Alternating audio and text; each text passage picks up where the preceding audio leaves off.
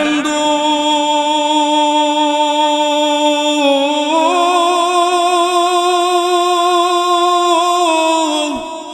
এ নরসিংদী ডিস্ট্রিক্টের ভাইয়েরা, আমার নবী যে মাত্র বলল ওই দিন দেখা যাবে নারী পুরুষ উলঙ্গ অবস্থায় হাসরের ময়দানে দাঁড়াবে।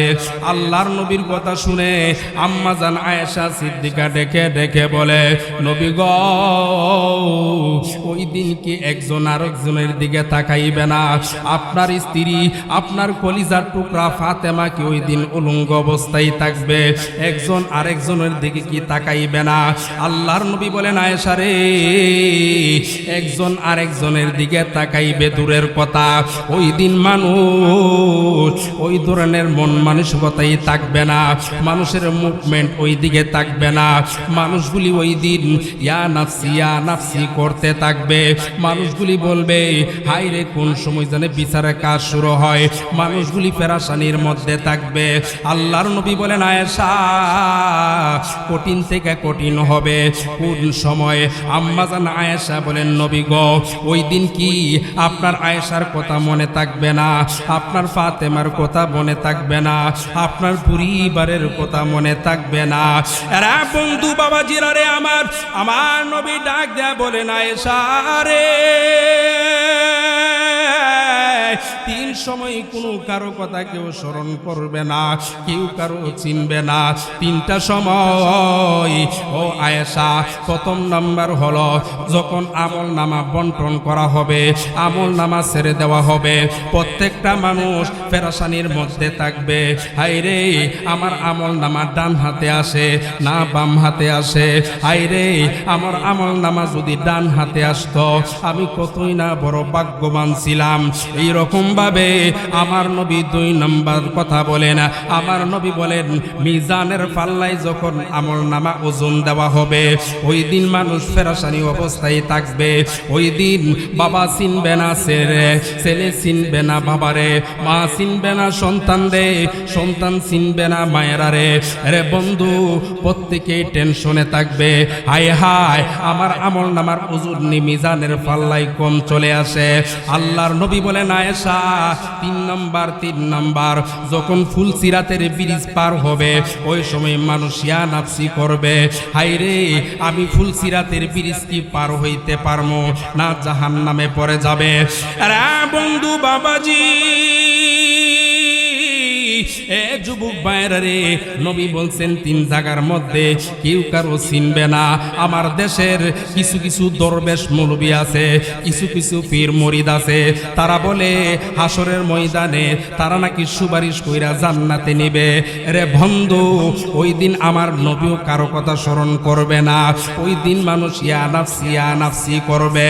ভাইজান, মানুষ কঠিন হাসরের ময়দানে সূর্যটা যখন মাথার নিকট পর্যায়ে চলে আসবে, এরা বন্ধু বাবাজিরা রে, আমার মুফাসসিরিনে কেরামরা বলতেছেন, মুহাদ্দিসিনে কেরামরা বলতেছেন, এই সূর্যটা বর্তমান একটা মুখ আমাদের দিকে ধরা আছে, আর ৭০টা মুখ ওই দিকে ধরা আছে উল্টা দিকে। আরে বন্ধু, ওই দিন ৭০টা মুখ মানুষের কাছাকাছি ধরা হবে, মগজগুলি গলে যাবে। আরে বন্ধু, কঠিন থেকে কঠিন হবে। ওই হাসরের ময়দান কেমন ভয়ঙ্কর হবে, কেন ভয়ঙ্কর হবে? আরে ভাইজান, আল্লাহর নবী বলেন, জাহান্নামটা যখন মানুষকে আক্রমণ করার জন্য প্রস্তুতি নিবে, এইভাবে দেখা যাবে জাহান্নামের আংটার মধ্যে ৭০,০০০ ফেরেশতা করার মধ্যে ধরে রাখবে। জাহান্নাম মানুষকে খাওয়ার জন্য চিৎকার করতে থাকবে। আমার বাবাজিরা রে, আমার এ বন্ধু, আল্লাহর চেয়ারের পাশে বসা দাঁড়ানো থাকবে জিব্রাইল আলাইহিস সালাতু ওয়াস সালাম। আর এই দিকে দেখা যাবে জাহান্নামটা এমন ভাবে দাওয়া করবে। আরে বন্ধু, আমার নবী বলেছেন জাহান্নামের দৃশ্যটা কেমন ভয়ঙ্কর হবে। একটা কিতাব আছে, যেই কিতাবের নাম হলো ফেরুস্তুকা আজিব হালত। এই কিতাবের মধ্যে লেখছেন জাহান্নামের কেমন ভয়ঙ্কর দৃশ্য হবে। জাহান্নামের ভয়ঙ্কর দৃশ্য, এই জাহান্নামের মাথা থাকবে ৩০,০০০। জিনুক মাঝে কে দিল গো, মুক্তামুনিহার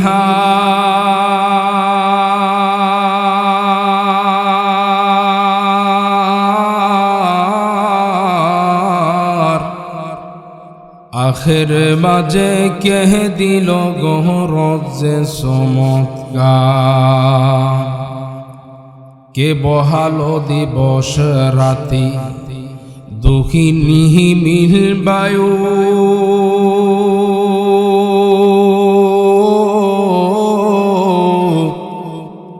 কোথা থেকে পেলে রে তুই মানুষ তোর জীবনের আয়ু, কোথা থেকে পেলে রে তুই মানুষ তোর জীবনের আয়ু, জমিন মাঝে কে বিছালো সবুজ শ্যামল ছবি,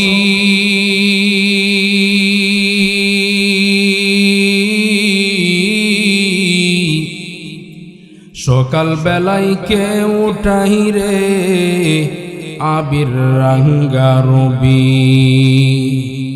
মরিচে গাছে কে দিল রে মরিচে তো যা,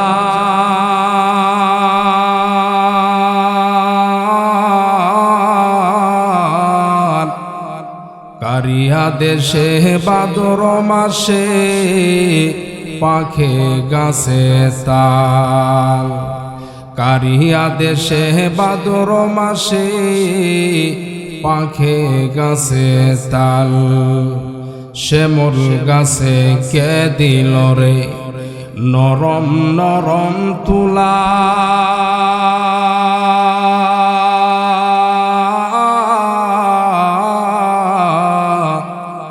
কারিয়া দেশে চৈত্র মাসে জমিন মাঝে দোলা, কারিয়া দেশে চৈত্র মাসে জমিন মাঝে দোলা, কারিয়া দেশে মৌমাছিরা মৌচাকে দেই মধু,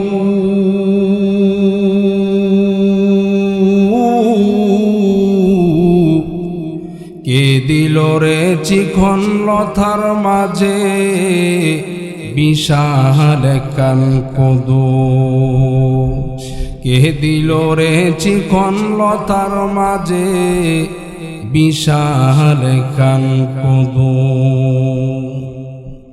আলহামদুলিল্লাহ। তাতুয়া কান্দা বাইতুল মামুর জামি মসজিদ ও যুব সমাজের উদ্যোগে নবম বার্ষিক ওয়াজ ও দোয়ার মাহফিল কর্তৃক আয়োজিত ইসলামী মহাসম্মেলন, উপস্থিত মুআজ্জাজ মুকাররম উলামা ইকরাম, আজকের মাহফিলের সম্মানিত সভাপতি সাহেব, আমার কলিজার টুকরা প্রাণপ্রিয় মুসলমান ভাইরা, পর্দার অন্তরালে অবস্থানরত মা ও বোনেরা, আল্লাহ রাব্বুল আলামিনের দরবারে লাখো কোটি শুকরিয়া আদায় করছি যে আল্লাহ রাব্বুল আলামিন আমাদের সকল মুমিন মুসলমান ভাইদেরকে এই ফিতনার জামানায়, ফাসাদের জামানায়, শের জামানায় খোলা আকাশের নিচে দয়া করে মায়া করে রহমতি বরকতি জান্নাতের টুকরা বাগান, উলামা ইকরামের মাজলিস, গুনাহ মাফের মাজলিস, কোরআনুল কারীমের মাহফিলে একসাথে মিলেমিশে বসার মতো তৌফিক দান করেছেন। সেই জন্য মহান রব্বুল আলামিনের দরবারে অন্তর থেকে জবান দিয়া শুকরিয়া আদায় করে নেই আলহামদুলিল্লাহ। আরো আওয়াজ করে বলি আলহামদুলিল্লাহ। সম্মানিত হাজিরিন, আমি আপনাদের সামনে মহাগ্রন্থ আল কোরআনের ছোট্ট একটি আয়াতে কারিমা তিলাওয়াত করছি। আল্লাহ তাআলা তৌফিক দান করলে আয়াতের উপরই আলোচনা করার জন্য চেষ্টা করব। ওমা তৌফিক ইল্লা বিল্লাহ।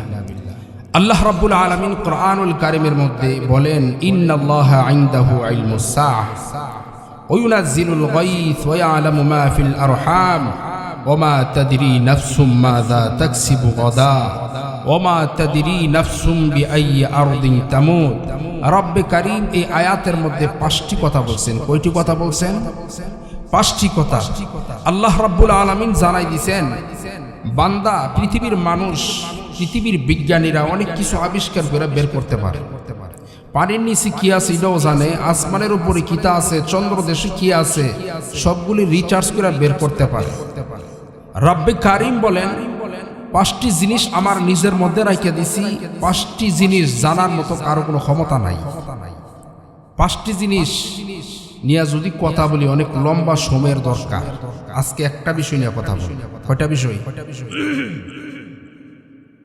1 নাম্বার বিষয় হলো, আল্লাহ তাআলা বলেন কিয়ামত কখন হবে পৃথিবীর মানুষ কেউ জানে না, আমার নবীও জানতো না। আল্লাহ তাআলা যার মাধ্যমে সিংহা ফুৎকার দিয়া কিয়ামত ঘটাইবে, ইসরাফিল আলাইহিস সালাতু ওয়াস সালাম, তিনিও জানেন কখন কিয়ামত হবে। তবে নবীজি কিয়ামতের আলামত কিছু বর্ণনা করে গেছে। কিয়ামত হচ্ছে 2 প্রকার, একটা হলো ছোট কিয়ামত আর একটা হলো বড় কিয়ামত।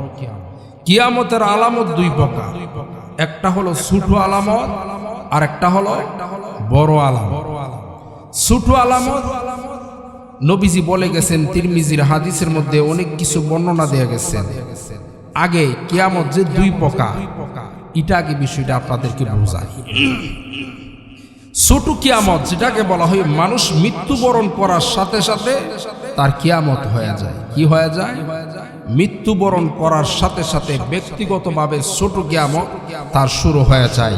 আর বড় কিয়ামত যেটা আল্লাহ তাআলা ইসরাফিল আলাইহিস সালাতু ওয়াস সালামের মাধ্যমে সিংহা ফুৎকারের মাধ্যমে পৃথিবীটাকে ধ্বংস করবেন, এটা হলো বড় কিয়ামত। তবে কিয়ামত কখন হবে ইসরাফিল নিজেও জানে। আল্লাহ তাআলা বড় বড় ফেরেশতা নির্ধারণ করেছেন 4 জন। কয়জন? এক একজনকে এক একটা দায়িত্ব দিয়া পাঠাইছেন। আল্লাহ তাআলা জিবরিল আলাইহিস সালাতু ওয়াস সালামকে দায়িত্ব দিয়েছেন যে নবীদের কাছে, নবী পয়গম্বরদের কাছে ওহী নিয়ে আসার জন্য। আযাব গজব কোন সময় দিবে, নবীদের কাছে কথা যখন আল্লাহর কথা নবীদের কাছে পৌঁছাইতেন, এটা দেওয়া হয়েছে দায়িত্ব জিবরাইল আলাইহিস সালাতু ওয়াস সালামকে। মিকাইল আলাইহিস সালাতু ওয়াস সালাম একজন বড় ফেরেশতা, তার দায়িত্ব দেওয়া হয়েছে বৃষ্টি কখন কোন জায়গায় দিতে হবে, পানির মাপ ঠিক রাখার জন্য, কোন জায়গার মধ্যে কতটুকু পানি দরকার, এই দায়িত্বটা দেওয়া হয়েছে হযরত মিকাইল আলাইহিস সালাতু ওয়াস সালাম। আর ইসরাফিল আলাইহিস সালাতু ওয়াস সালামকে শুধু দায়িত্ব দিছে, তুমি ইসরাফিল সিংহা ফুৎকার দিয়া পৃথিবী পুরো আওলা জ্বালা বানাইলে কি করবা? পুরা পৃথিবীটাকে ধ্বংস করে দাও। আর আজরাইল আলাইহিস সালাতু ওয়াস সালাম, ওইটা তো কই তুইব, এটা তো আমরা সবাই জানি। আপনারা কইবেন হুজুর আজরাইলের নামটা পরে কইছেন কে রে? এটা পরে কোন লাগে তো ডর করে। কি বলেন? আজরাইল আলাইহিস সালাতু ওয়াস সালাম প্রত্যেকের সাথে সাক্ষাৎ হবে কি হবে না? প্রত্যেকের সাথে সাক্ষাৎ হবে। তুমি যেখানে বান্দা পালায়ন করো, আজরাইল তোমার সাথে মোলাকাত করবে, বই পাওয়ার কোনো কারণ নাই। এবার আসুন, ইসরাফিল আলাইহিস সালাতু ওয়াস সালাম, আল্লাহ তাআলা তার হাতে সিংহা দিয়া বলেছেন, ইসরাফিল যখন আমি অর্ডার করব তুমি ফুৎকার দিয়া পৃথিবী ধ্বংস কইরা দিবা। আল্লাহর রাসূল সাল্লাল্লাহু আলাইহি সাল্লাম মেরাজের রজনীতে ইসরাফিলের সাথে আসমানের সাক্ষাৎ, সালাম দিলেন, আসসালামু আলাইকুম ইয়া ইসরাফিল। নবীজি যখন সালাম দিছে, ইসরাফিল সালামের জবাব দেই না। দ্বিতীয়বার সালাম দিল, জবাব দেই না। তৃতীয়বার সালাম দিল, তখন ইসরাফিল আমার নবীর সালামের জবাব দিছে। বলেন না সুবহানাল্লাহ। সালামের জবাব দিতে দেরি হইল কেন? নবীজিকে বলে, ইয়া রাসূলুল্লাহ, ইয়া হাবিবাল্লাহ, আল্লাহ তাআলা আমাকে সিংহা মুখে ধারণ কইরা দাঁড়ানোর জন্য বলছেন, কোন সময় হুকুম করে বলা যায় না। আপনার সালামের জবাব দিতে গিয়ে আল্লাহর হুকুমের যদি অমান্য হয়ে যায়, এই জন্য আল্লাহ থেকে আমি অনুমোদন নিয়েছি। আল্লাহর নবী বলেন, ইসরাফিল, আল্লাহ আমাকে মেহমান হিসাবে উর্দু জগতে আমাকে আনছে। মেহমানরে কেউ আইনা অপমান করে না। আমি আসছি এই মুহূর্তে, আল্লাহ তাআলা তোমার সিংহার ফুৎকারের মাধ্যমে পৃথিবী ধ্বংস করবে না। তাহলে বুঝতে পারলাম কি, যিনি সিংহা ফুৎকার দিবে তিনিও জানে না কবে কিয়ামত হবে। তবে আমার নবী কিছু কিয়ামতের আলামত বর্ণনা করে গেছে। আমি আজকে আপনাদের সামনে ছোট কয়েকটা আলামত নিয়ে আলোচনা করব, তারপর বড় আলামত চলে যাব। থাকবেন তো ইনশাআল্লাহ? আল্লাহর নবী রহমতের নবী বলেছেন, ছোট আলামতের মধ্যে প্রথম নম্বর আলামত, আমি যে পৃথিবীর মধ্যে আগমন করেছি, আমার বিদায় আল্লাহর রসুল যে বলছেন আনা খাতামান নাবিয়্যিন লা নাবিয়্যা বাদা, আমি শেষ নবী হিসাবে দুনিয়ার জমিনে আগমন করছি, এটাই কিয়ামতের আলামত। বলেন সুবহানাল্লাহ। আল্লাহর নবী ছোট আলামতের মধ্যে দ্বিতীয় নাম্বার আলামতের কথা বলছেন, মানুষ আমানতের মাল কি খেয়া গনিমতের মাল মনে কইরা কি করবে, ব্যবহার করবে। আমানত বুঝিনি, আপনার কাছে এক ভাই 50,000 টাকা দিছে, ভাই টাকাটা আপনার রাখেন, আপনি করলেন কি এই টাকা নিয়ে বাজার সাজার করে একবার ক্লিয়ার করে ফেলাইছে, এমন হয় না? আমানতের খেয়ানত এটা ব্যক্তিগতভাবেও হতে পারে, রাষ্ট্রীয়ভাবেও হতে পারে। আমাদের রাষ্ট্রের মধ্যে মানে আমানতের খেয়ানত হয় না, হয় আমাদের দেশের আমানতের খেয়ানত হয়। আপনারা শুনেন নাই কোটি কোটি টাকা নিয়ে বিদেশে চলে গেছে, শুনেন নাই? ঈসা আমানতের খেয়ানত, রাসূল 1400 বছর আগে বলে গেছেন আমানতের খেয়ানত। মানুষ যখন গনিমতের মাল মনে কইরা খাইবে, বুঝবা কিয়ামত বেশি দূরে নাই, খুব কাছে চলে আসছে। কিয়ামতের আলামত যখন প্রকাশ পায়, আল্লাহর রাসূল বলেন জমিন কান্না করতে থাকে। কি করে? জমিন কান্না করতে থাকে। মুসলমান 3 নাম্বার আলামতের কথা নবীজি বলছেন, সন্তান মা বাবার কথা শুনবে না, মা বাবার কথা প্রাধান্য দিবে না, মা বাবার সাথে এমন এমন আচরণ করবে যে আচরণ একটা বাদীর সাথেও করে না, একটা কর্মচারীর সাথে করা হয় না। এই সন্তান মা বাবার সাথে এমন আচরণ করবে। বর্তমান সমাজ এমন হয়, সন্তান মা বাবার সাথে ভালো আচরণ করে। কি বলেন? খুবই কম, 90% যুবকরা ওই সন্তান মায়ের কথা শুনে না, বাবার কথা শুনে না, মা বাবার সাথে খারাপ খারাপ আচরণ করে। আমার রসুল যেই বর্ণনাগুলি দিয়েছেন, ছোট ছোট আলামত যদি আমি আলোচনা করতে যাই লম্বা সময়ের কাম, আমি আর ছোট আলামত বলতেছি না, কারণ রাসূল যা ছোট আলামতের কথা বলে গেছেন সব অলরেডি প্রকাশ হয়ে গেছেন। রাসূল করিম সাল্লাল্লাহু আলাইহি সাল্লাম 10টা বড় বড় আলামতের কথা বলছেন। এর মধ্যে 10টি আলামত যদি আমি নিয়ে আলোচনা করি লম্বা সময়ের কাম। এবার আসুন সর্বশেষ যে আলামতটি প্রকাশ হবে, তারপরে ইসরাফিল আলাইহিস সালাতু ওয়াস সালাম সিংহা ফুৎকার দিবে, এখান থেকে আমি আলোচনা শুরু করি। আমার মুসলমান যুবক ভাইয়েরারি, আমার পর্দার অন্তরালের মা বোনেরা, দিলের কান লাগায় শুনেন। রে বন্ধু বাবাজি,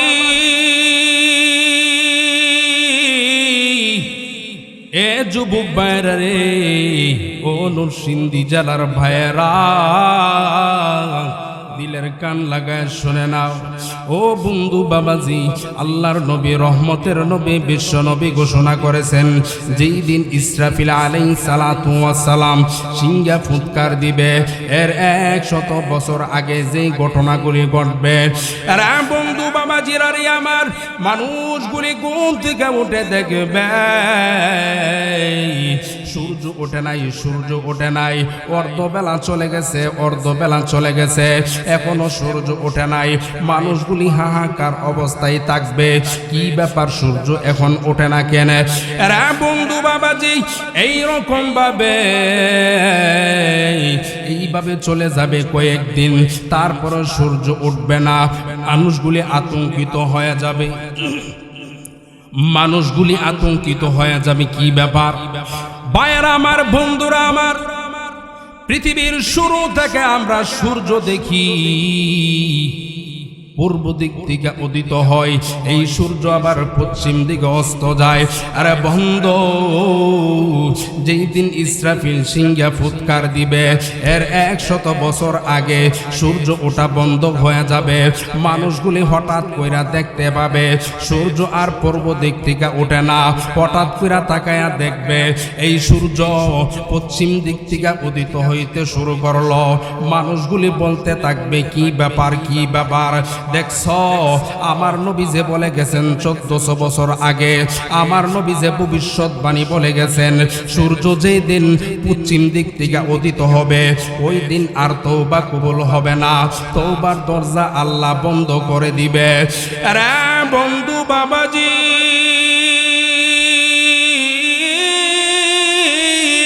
এ যুবক ভাইয়েরা রে, এ পর্দার অন্তরালের মা বোনেরা দিলের কান লাগায়া শুনো, মানুষগুলি দৌড়ায়া মসজিদের মধ্যে যাবে, তওবা করার জন্য যাবে, মানুষ যাবে কোরআন তিলাওয়াত করার জন্য। এ বন্ধু বাবাজি দিলের কান লাগায়া শুনে নাও, ওই দিন আল্লাহ রাব্বুল আলামিন তওবার দরজা বন্ধ করে দিবে। আরে বন্ধু, সূর্যটা যেই দিকে অস্ত যায় এর বরাবর একটা দরজা আছে আসমানে, যেই দরজা দিয়া মানুষের তওবা কবুল হয়, দোয়া কবুল হয়, এই দরজাটা আল্লাহ সেই দিন বন্ধ করে দিবে। আরে বন্ধু বাবাজি ও নরসিংদী জেলার বায়েরা দিলের কান লাগায়া শোনো, ওই দিন আল্লাহ তাআলা সব বন্ধ কইরা দিবে।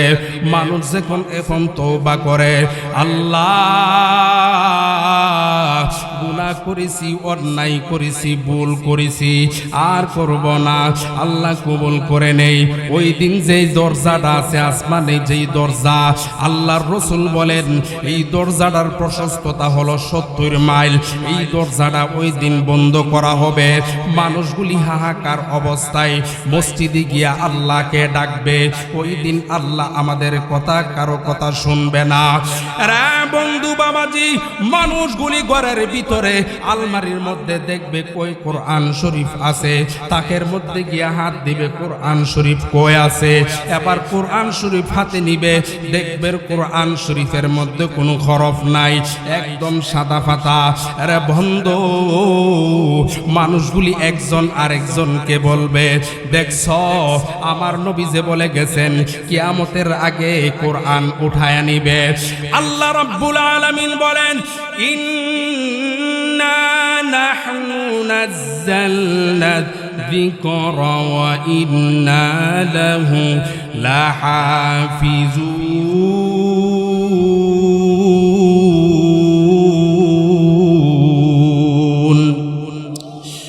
আমার মুসলমান ভাইরারি আমার, আল্লাহ রাব্বুল আলামিন ডেকে ডেকে বলে, বান্দা এই কোরআন নাজিল করেছি আমি আল্লাহ, আবার এই কোরআনের হেফাজতের দায়িত্ব নিয়েছি আমি আল্লাহ। এই জমিনের মধ্যে কোরআন রাখা আমি কোনো সার্থকতা মনে করি নাই, এই জন্যে আমি কোরআন আমি উঠাইয়া নিছি। আরে বন্ধু, সূর্যটা পশ্চিম দিক থেকে উদিত হবে, যখন মাথা বরাবর চলে আসবে আবার সূর্যটা রিটার্ন ব্রেক করবে পশ্চিম দিকে। এ বন্ধু বাবাজি, মাসআলা ভালো করে মনে রাখবেন। অনেকে মনে করতে পারেন হুজুর সূর্য যখন পশ্চিম দিক থেকে উদিত হবে মনে হয় আবার পূর্ব দিকে অস্তে যাবে। না না না, এই সূর্যটা মাত্র অর্ধবেলার জন্যে, মাথা বরাবর যখন আসবে আবার সূর্য রিটার্ন ব্রেক করবে, পশ্চিম দিকে আবার অস্ত যাবে, পরের দিন আবার পূর্ব দিক থেকে উঠবে, আবার পশ্চিম দিকে অস্ত যাবে। এই রকম ভাবে 100 বছর চলতে থাকবে। আমার বন্ধু বাবাজি, এ যুবক ভাইরা রে, এ পর্দার অন্তরালের মা বোনেরা দিলের কান লাগায়া শুনো, ওই দিন মানুষগুলি হাহাকার অবস্থার মধ্যে থাকবে। হায় হায়, কি হয়ে গেল পৃথিবী এমন অন্ধকার কেন? মানুষগুলি যখন হাহাকার করতে থাকবে, ওই সময় ওই জামানায় কয়েকজন হাতে গোনা ইমানদার থাকবে, আর সবগুলি থাকবে বেঈমান নাফরমান। আল্লাহ রাব্বুল আলামিন একটা বাতাস জারি করে দিবে, বাতাস, গরম বাতাস জারি করে দিবে। এই বাতাসটা যারা ইমানদার আছে তাদের বুকুলের নিচের মধ্যে গিয়ে আঘাত করবে। সুবহানাল্লাহ কইতেন না? বুকুলের নিচে যখন আঘাত করবে, আরে বন্ধু, সাথে সাথে মানুষগুলি শুয়ে যাবে জমিনের মধ্যে। যে মাত্র শুয়ে যাবে মানুষগুলি মৃত্যুবরণ করবে, আর ইমানদার একজন থাকবে না। ভাইজান, আল্লাহ রাব্বুল আলামিন ইসরাফিলকে এবার ডাক দিবে, ওরে ইসরাফিল, এই জমিনের মধ্যে আর একটাও ইমানদার নাই, আর এই জমিন দেখা আমার কোনো সার্থকতা নাই। ও ইসরাফিল, তুমি তোমার সিংহা ফুৎকার দিয়া দাও, চিৎকার করে বলা যাবে কি সুবহানাল্লাহ। ইসরাফিল আলাইহিস সালাতু ওয়াস সালাম যে সিংহাটা ফুৎকার দিবে, আমরা কেউ কেউ জানি এক ফুৎকার দিয়ে মনে একবার সব ধ্বংস করে নেব। বিষয়টা এমন না। ইসরাফিল যে সিংহাটা ফুৎকার দিবে, এই সিংহার ফুৎকার আওয়াজ কই ঘন্টা চলবে কেউ জানেন? এই ইসরাফিল সিংহা যে ফুৎকার দিবে, 1 মিনিট 2 মিনিট 1 ঘন্টা 2 ঘন্টা 1 দিন 1 সপ্তাহ 1 মাস নয়, দীর্ঘ 6 মাস ইসরাফিলের সিংহার ফুৎকার আওয়াজ চলতেই থাকবে। সুবহানাল্লাহ। কেমন আল্লাহ তাআলা সিংহা বানাইছে, যেই সিংহার ফুৎকারের মাধ্যমে তামা তামা হয়ে যাবে পৃথিবীটা। আমার মুসলমান ভাইয়েরা রে, আমার পর্দার অন্তরালের মা বোনেরা, দিলের কান লাগায় শোনো। আরে বন্ধু, যেই মাত্র ইসরাফিল সিংহা ফুৎকার দিবে, মানুষগুলি কেউ থাকবে বিলে, কেউ থাকবে দোকানে, কেউ থাকবে রাস্তায়, আবার কেউ থাকবে বাড়িতে। যেই মাত্র ইসরাফিল যখন সিংহাটা ফুৎকার দিয়া দিবে, মানুষগুলি বলে বলে এইরকম ভাবে বলতে থাকবে, এত মজার আওয়াজ জীবনে কোনোদিন শুনি নাই, এত মজার আওয়াজ কোথায় থেকে আসতেছে রে বন্ধু? এ বন্ধু, চলো চলো বাড়িতে যাই, চলো চলো বাড়িতে যাই। যারা ভিলে আছে, রাস্তায় আছে, দোকানে আছে, সকলে মিলে যাবে বাড়িতে। কোথায় থেকে এত মধুর আওয়াজ, মজার আওয়াজ কোথায় থেকে আসতেছে? আরে বন্ধু, আল্লাহ তাআলা ইসরাফিলের সিংহার ফুৎকারের মধ্যে এমন একটা মজা তৈরি করে দিবে। আরে বাবাজি, ওই জামানার মানুষ থাকবে কেমন জানেননি? জানেননি? ওই জামানার মানুষগুলি গানের প্রতি আসক্ত থাকবে, বাজনার প্রতি আসক্ত থাকবে। এখন বর্তমান আমরা তাকাইলে দেখি মানুষ গানের প্রতি আসক্ত কেমন, বাজনার প্রতি আসক্ত কেমন। ওই জামানার মানুষ আরো বেশি আসক্ত থাকবে। এই রকম ভাবে ইসরাফিলে যখন সিংহা ফুৎকার দিবে, শুধু আওয়াজ আস্তে আস্তে বাড়তেই থাকবে। আর বন্ধু বাবাজি, সময় যত যাবে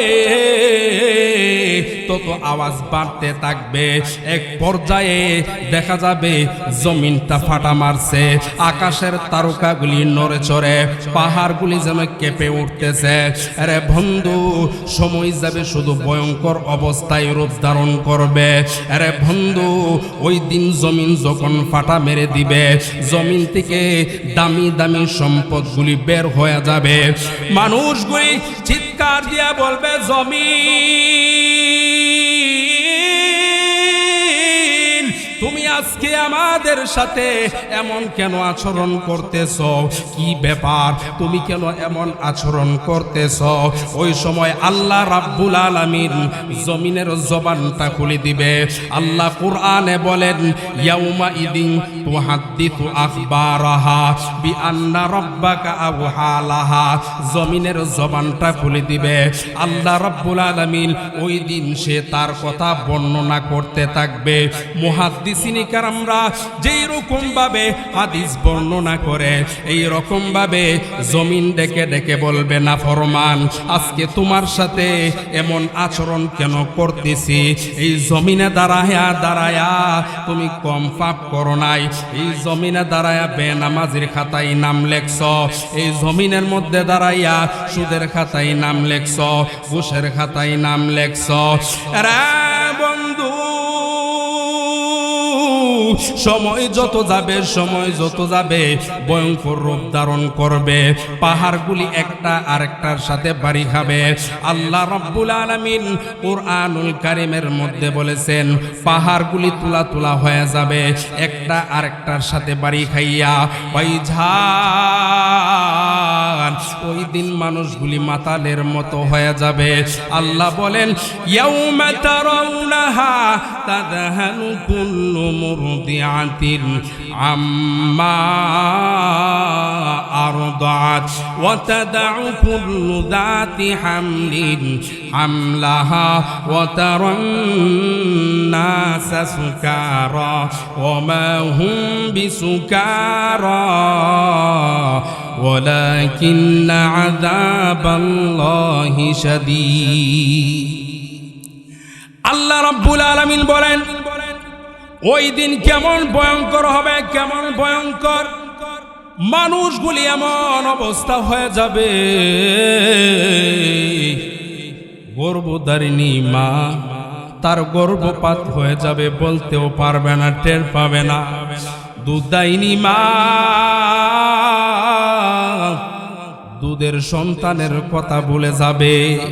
ওয়াতারান নাসা সুকারা ওয়ামা হুম বিসুকারা, মানুষগুলি হয়ে যাবে মাতালের মতো, দেখতে বোঝা যাবে আসলে তারা নেশা পান করছে। না না না, আসলে তারা নেশা পান করে নাই। ইসরাফিলের আওয়াজের কারণে মানুষগুলি মাতাল হয়ে যাবে। আরে বন্ধু, কেমন কঠিন হবে, কেমন কঠিন হবে ভাইজান। আল্লাহ রাব্বুল আলামিন সূরাতুল ইনফিতারের মধ্যে স্পষ্টভাবে নিয়ে আসছে। আল্লাহ বলেন, ইযাস সামাউ ফাতারাত ওয়া ইযাল কাওয়াকিবু তাতারাত ওয়া ইযাল বিহারু ফুজ্জিরাত ওয়া ইযাল কুবুরু বু'থিরাত। আল্লাহ রাব্বুল আলামিন বলেন, ইসরাফিলের সিংহার ফুৎকার যত ভয়ঙ্কর হবে, ভয়ঙ্কর হবে, বলিয়ম পারতে পারতে এমন পর্যায়ে চলে যাবে। আল্লাহ বলেন, ওয়া ইদাল কাওয়াকিবু তাতারাত, আকাশের বড় বড় যে তারকাগুলি আছে সব তারকাগুলি জমিনের মধ্যে টপ টপ করে পড়তে থাকবে। আরে বন্ধু, আল্লাহ বলেন, ওয়া ইদাল বিহারু ফুজ্জিরাত ওয়া ইদাল বিহারু ফুজ্জিরাত, ওই দিন পৃথিবীর মধ্যে যত সাগর আছে, নদী আছে, আটলান্টিক মহাসাগর বলেন, আরব সাগর বলেন, তুরাক নদী বলেন, দিজলা নদী বলেন, সব পানি, মিষ্টি পানি বলেন, লবণাক্ত পানি বলেন, সবগুলো মিশ্রিত হয়ে যাবে। আরে বন্ধু, ওয়া ইদাল কুবুর বু'থিরাত, মানুষ যখন মৃত্যুবরণ করবে সব মানুষ দেখা যাবে ভিতরে ঢুকে যাবে কবরের ভিতরে। ভাইজান, কেমন ভয়ঙ্কর হবে, কেমন ভয়ঙ্কর হবে। প্রথমত যখন আওয়াজ দেওয়া হয়েছিল মানুষ আনন্দিত হইয়া, এত মজার আওয়াজ কোথায় থেকে আসতেছে, সময় যত যাচ্ছে তত ভয়ঙ্কর হইতেছে, সময় যত যাচ্ছে তত ভয়ঙ্কর হইতেছে। আল্লাহ রাব্বুল আলামিন বলেন, ওয়া নুফিখা ফিস সূর ফাসাইকা মান ফিস সামাওয়াতি ওয়া মান ফিল আরদি ইল্লা মা শা আল্লাহ। আরে বন্ধু বাবাজি,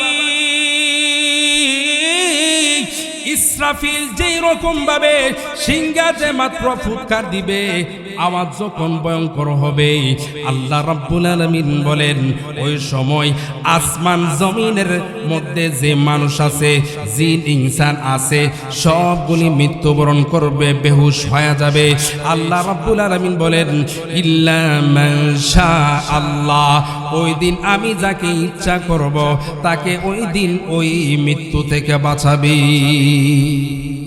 ওই দিন আল্লাহ যাকে ইচ্ছা তাদের কিটা থেকে বাঁচাইবে না, সবগুলি কি হয়ে যাবে, অজ্ঞান হয়ে প্রত্যেকটা মানুষ মৃত্যুবরণ করবে। ভাইজান, মুফাসসিরিন কিরামরা বলতেছেন, কোন মানুষগুলি, কোন লোকগুলি ওই দিন বেঁচে থাকবে, ইল্লা মান শা আল্লাহ। তখন মুফাসসিরিন কিরামরা বলতেছেন, এটার দ্বারা বুঝাইছেন আল্লাহ তাআলার যে নিয়োজিত 4 জন ফেরেশতা আছে, আজরাইল, জিব্রাইল, মিকাইল, ইসরাফিল আলাইহিস সালাতু ওয়াস সালাম ব্যতীত সবগুলো ওই দিন ইসরাফিলের সিংহার ফুৎকারের মাধ্যমে সব মৃত্যুবরণ করবে, সব মরে যাবে।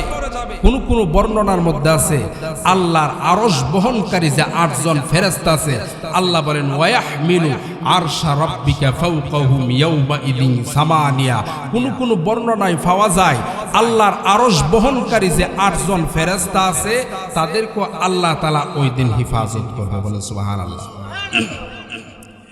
আমার মুসলমান ভাইরা রে আমার, নরসিংদী ডিস্ট্রিক্টের বায়ারা দিলের কান লাগায় শুনে নাও। আল্লাহ রাব্বুল আলামিন ওই দিন মালাকুল মাউত আজরাইল আলাইহিস সালাতু ওয়াস সালামকে ডেকে ডেকে বলবে, আরে আজরাইল, পৃথিবীর জমিনের মধ্যে আর কে আছে রে বেঁচে? আজরাইল আলাইহিস সালাতু ওয়াস সালাম ডেকে ডেকে বলবে, আল্লাহ, এই পৃথিবীর মধ্যে জিন ইনসান যারা ছিল সব কিছু শেষ হয়ে গেছে, একমাত্র আছে ফেরেশতা।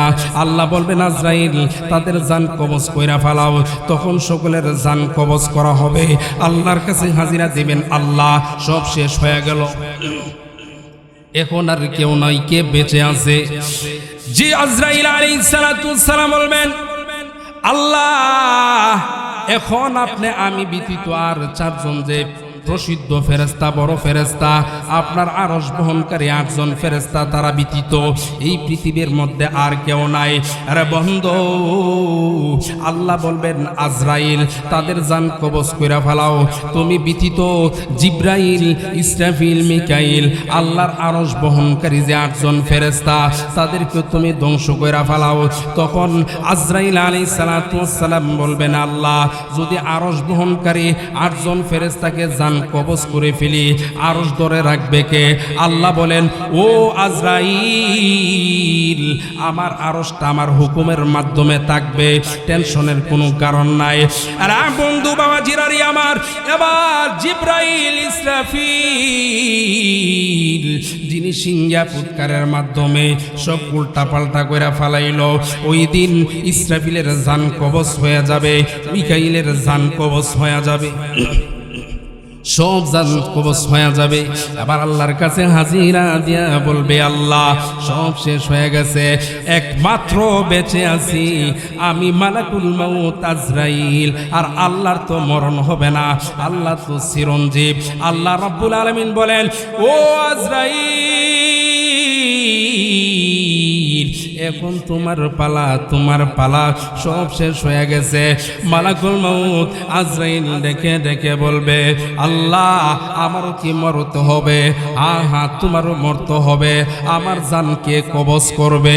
আল্লাহ বলবেন, আজরাইল, তোমার জান কবজ করব আমার হুকুমের মাধ্যমে। আরে বন্ধু বাবাজি,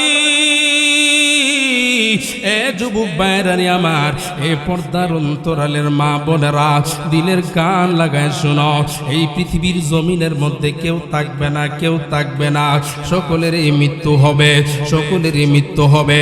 ওই দিন আল্লাহ রাব্বুল আলামিন মালাকুল মাউত আজরাইলকে ডেকে ডেকে বলবে, আরে আজরাইল, আমি তোমার একটা হুকুম করব, হুকুমের মাধ্যমে তোমার মৃত্যু হয়ে যাবে। আল্লাহ বলবেন, আজরাইল, মরে যাও, হুকুম করবে। আজরাইল এমন একটা চিৎকার দিবে, আমার নবী ঘোষণা করেছেন, মানুষ জিন যদি দুনিয়ার জমিনে বেঁচে থাকতো, আজরাইলের চিৎকারের আওয়াজের কারণে মানুষগুলি কলিজা পেটে মৃত্যুবরণ করত। এমন একটা চিৎকার দিবে আজরাইল, মরণের চিৎকার। আজরাইল আলাইহিস সালাতু ওয়াস সালাম মৃত্যুবরণ করবে, পৃথিবীর মধ্যে আর কেউ থাকবে না, শুধু থাকবে রব্বে করিম। ওই দিন আল্লাহ রাব্বুল আলামিন ডেকে ডেকে বলবে, ও পৃথিবীর বাদশারা কোথায়? পৃথিবীর বাদশারা কোথায়, যারা আমার আইন কানুন বাদ দিয়া দেশ পরিচালনা করছো, বাহাদুরি করছো? ওই দিন আল্লাহ বলবে, আয়না ফেরাউন কোথায়? আয়না নমরুদ কোথায়? আয়না ডোনাল্ড ট্রাম্প মনে রাখতো না, ডাকবো, এত ভিআইপি মানুষ, কি বলেন? কারণ হেরাতে ভিআইপি না, কারণ সাজ্জাদ, নমরুদ, ফেরাউন, এদের চাইতে ভিআইপি ডোনাল্ড ট্রাম্প। আমরা এই যে নেতানিয়াহু, ইসরায়েলের প্রধানমন্ত্রী, হেরারে ডাকতো না। ইদানে এগুলো টাইম আছে, এগুলো সেলাফালা সাইডে ঘুরে থাকবে। আল্লাহ দিন এইভাবে ডেকে ডেকে দিন ডাকবে আর বলবে, কোথায় পৃথিবীর বাদশারা? লিমানিল মুলকুল ইয়াউম। ওই দিন আল্লাহ তাআলা হুঙ্কার দিবে, আল্লাহ তাআলা নিজেই জবাব দিবেন, লিল্লাহিল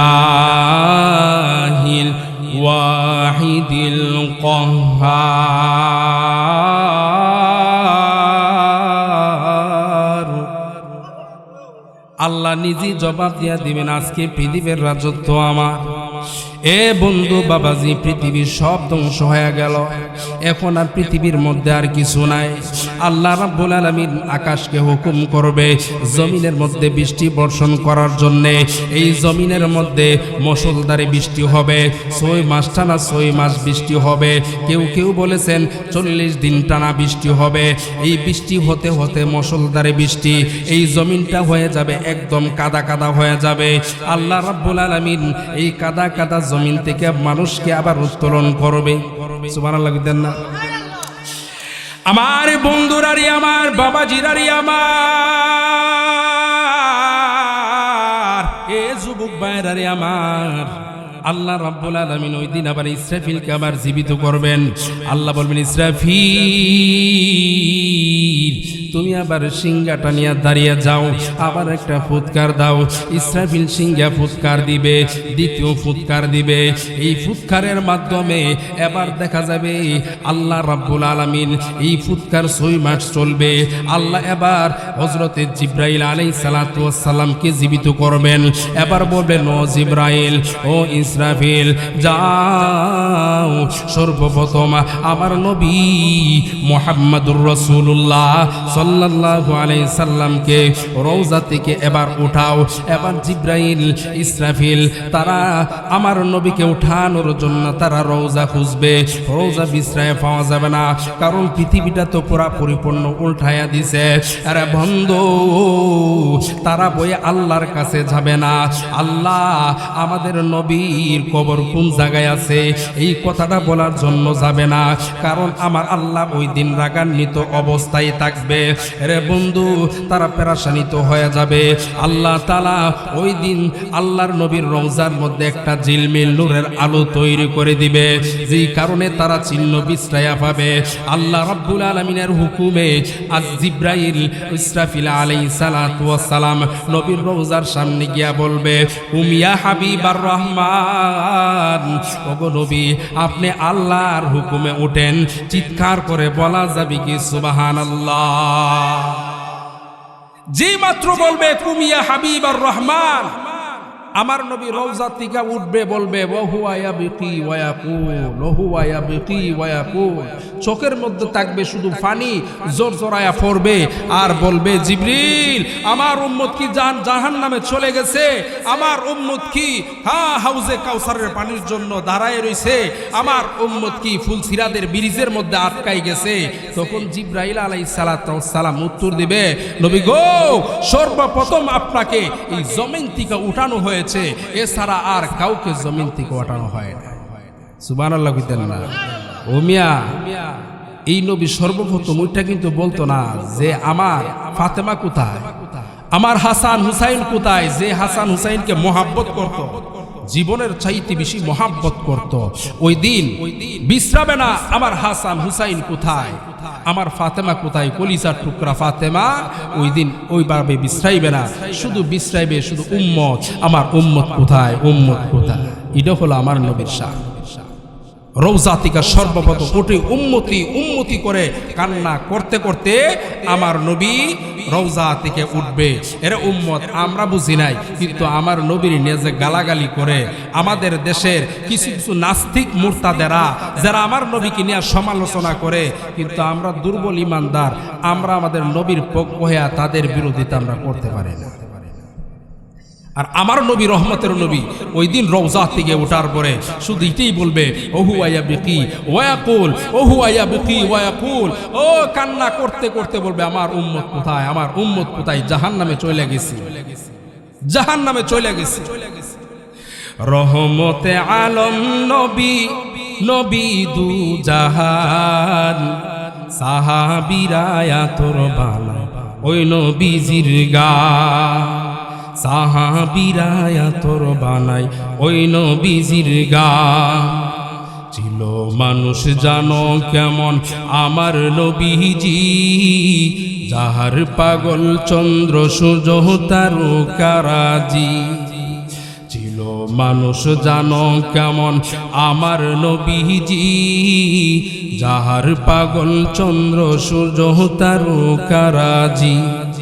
আরো শুনবানি সুন্দর কাহিনী, জান্নাতের ওই রুমে রুমে আমার নবীর নাম, জান্নাতের ওই রুমে রুমে আমার নবীর নাম। উস্তুলে হান্নান একটি খেজুর গাছের নাম, যাকে ধরে খুতবা দিতেন রাসূলে আকরাম। গাছ কাঁদিতে রহে নবীর বিরহে, অতবাক হইলেন সকল সাহাবায়ে কেরাম, অতবাক হইলেন সকল সাহাবায়ে কেরাম। রহমতে আলম নবী, নবী দু জাহান, সাহাবীরা তোর বানাই ওই নবীজির গান। এই নবীরে আমরা চিনলাম না, যে নবী রওজা থেকে উঠা সর্বপ্রথম উম্মতের কথা স্মরণ করবে। আমরা এইসব কপাল পোড়া মুসলমান, আমার দেশের নাস্তিক।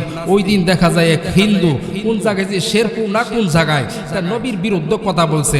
আমাদের দেশে তো আসলে আইন কানুন নাই, না কারণের কারণে জনতা ক্ষিপ্ত হইয়া এই কুলাঙ্গারকে গাছের সাথে ঝুলায়া তারপরে তারা আগুন জ্বালায় তার দুনিয়ার থেকে বিদায় করছে। নবীর আশেকেরা, কারণ এটা নিয়েও দেখা যায় এখন রাজনীতি চলছে। আমার দেশের মুসলমানদেরকে গ্রেফতার করা হচ্ছে। মুসলমান কেন আইন হাতে তুলে নিল? কারণ এই দেশে বিচার হয় না, নবীর দুশ্মনের বিচার হয় না, এই জন্য নিজ হাতে আইন তুলে নিস। মিয়া যেই নবী আমাদের জন্য এত কিছু করবো, আজকে নবীর এত সমালোচনা, আমরা কথা বলতে পারি না। আশেক কিভাবে দাবি করবো? রাসূলের আশেক অতই সহজ। নাম আপনি একটা সাইনবোর্ড লাগাইলেন আমি সুন্নি, না না, কাজ হবে না, কাজ হবে না। হাসরের ময়দানে রাসূল যেই দিন সুপারিশ করবেন, যেই দিন আল্লাহ রাব্বুল আলামিন তার হাতের মধ্যে আমলনামা দিবে, নবী গো আপনি সুপারিশ করেন, তবে দিকা দিকা সুপারিশ কইরেন। কোরআনের মধ্যে আছে ফাকাইফা ইদা জিনা মিন কুল্লি উম্মাতিন বিশাহিদি ওয়াজিনা বিকা আলা হাউলাই শাহিদা। নবী গো প্রত্যেকটা উম্মতের আমলনামাটা একটু দেখেন। ওই দিন আমার নবী আমল দেখবে উম্মত। তোমার দিয়ে একবারে বেনামাজের খাতার মধ্যে তোমার নাম দি নামাজের লিস্টে নাই, সুদের খাতায় নাম, ঘুষের খাতায় নাম। এরা উম্মত জীবনে কোনোদিন নামাজের কাতারও যাও নাই। হাই হাই, তুমি কি শুনো নাই? উহুদের ময়দানে দান দান মুবারক আমি শহীদ করেছিলাম। তাইফের যুবকেরা আমার শরীরটা যেইভাবে পাথর নিক্ষেপ করেছে, আমার শরীরটা একদম ঝাড়ঝাড় করে ফেলেছে। আম্মা জান আয়েশা সিদ্দিকা রাদিয়াল্লাহু তাআলা আনহা আমার নবীর একদিন পিঠ মুবারকটা এমনি ধরছিলেন, দেখতেছেন কেমন জানে বসন্ত রোগের মতো দাগ দাগ হয়ে রইছে। আল্লাহর নবীকে আয়েশা বলে, নবী গো আপনার কি কোন সময় বসন্ত রোগ হয়েছিল? আল্লাহর নবী বলেন, আয়েশা তুমি জানো না এই পৃথিবীর মধ্যে আল্লাহ রাব্বুল আলামিন ঘোষণা করেছেন আমার শরীরের জন্য মশা মাছি সব আল্লাহ তাআলা হারাম করেছেন আমার শরীরে বসার জন্য।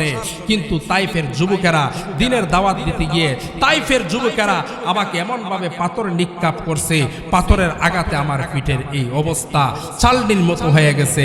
ওই দিন আমার নবী বলবে, উম্মত তুমি কি শোনো নাই যেই দিন তাইফের যুবকেরা, যেই দিনের জন্য তাইফের যুবকেরা আমাকে রক্তাক্ত করেছিল, দান দান মুবারক শহীদ করেছিল, এগুলি উলামা ইকরামের জবান থেকে শোনো নাই? কি নিয়ে আসছো? ওই দিন রাসূল বলবেন, সুকান সুকান লিমান গায়্যারা বাদি, উম্মত দূর হয়ে যাও, দূর হয়ে যাও। এতই সহজ না, নবীজির সুপারিশ পাবেন। এবার আসুন কিয়ামতের ভয়ঙ্কর অবস্থাটা কি হবে। অন্যদিকে চলে গেছে, যেহেতু নবীজির শানের কথা আসছে। ওই দিন আল্লাহ তাআলা জমিন থেকে সমস্ত মানুষদেরকে উলঙ্গ অবস্থায় দাঁড় করাবে হাসরের ময়দানে। হাসরের ময়দানে উলঙ্গ অবস্থায় দাঁড়াবে। আল্লাহ রাসূল যখন আম্মা জান আয়েশার কাছে বর্ণনা দিল, আয়েশা হাসরের ময়দানে কেমন কঠিন হবে জানো? কেমন কঠিন হবে? যালিকা ইয়াউমুন আসির, কঠিন থেকে কঠিন হবে। ওই দিন প্রত্যেকটা মানুষ খতনাবিহীন, পুরুষেরা থাকবে খতনাবিহীন, নারী সহ সকলে উলঙ্গ অবস্থায় হাসরের ময়দানে দাঁড়াবে। আমার মুসলমান ভাইয়েরা, আমার পর্দার অন্তরালের মা বোনেরা, দিলের কান লাগায় শোনে না।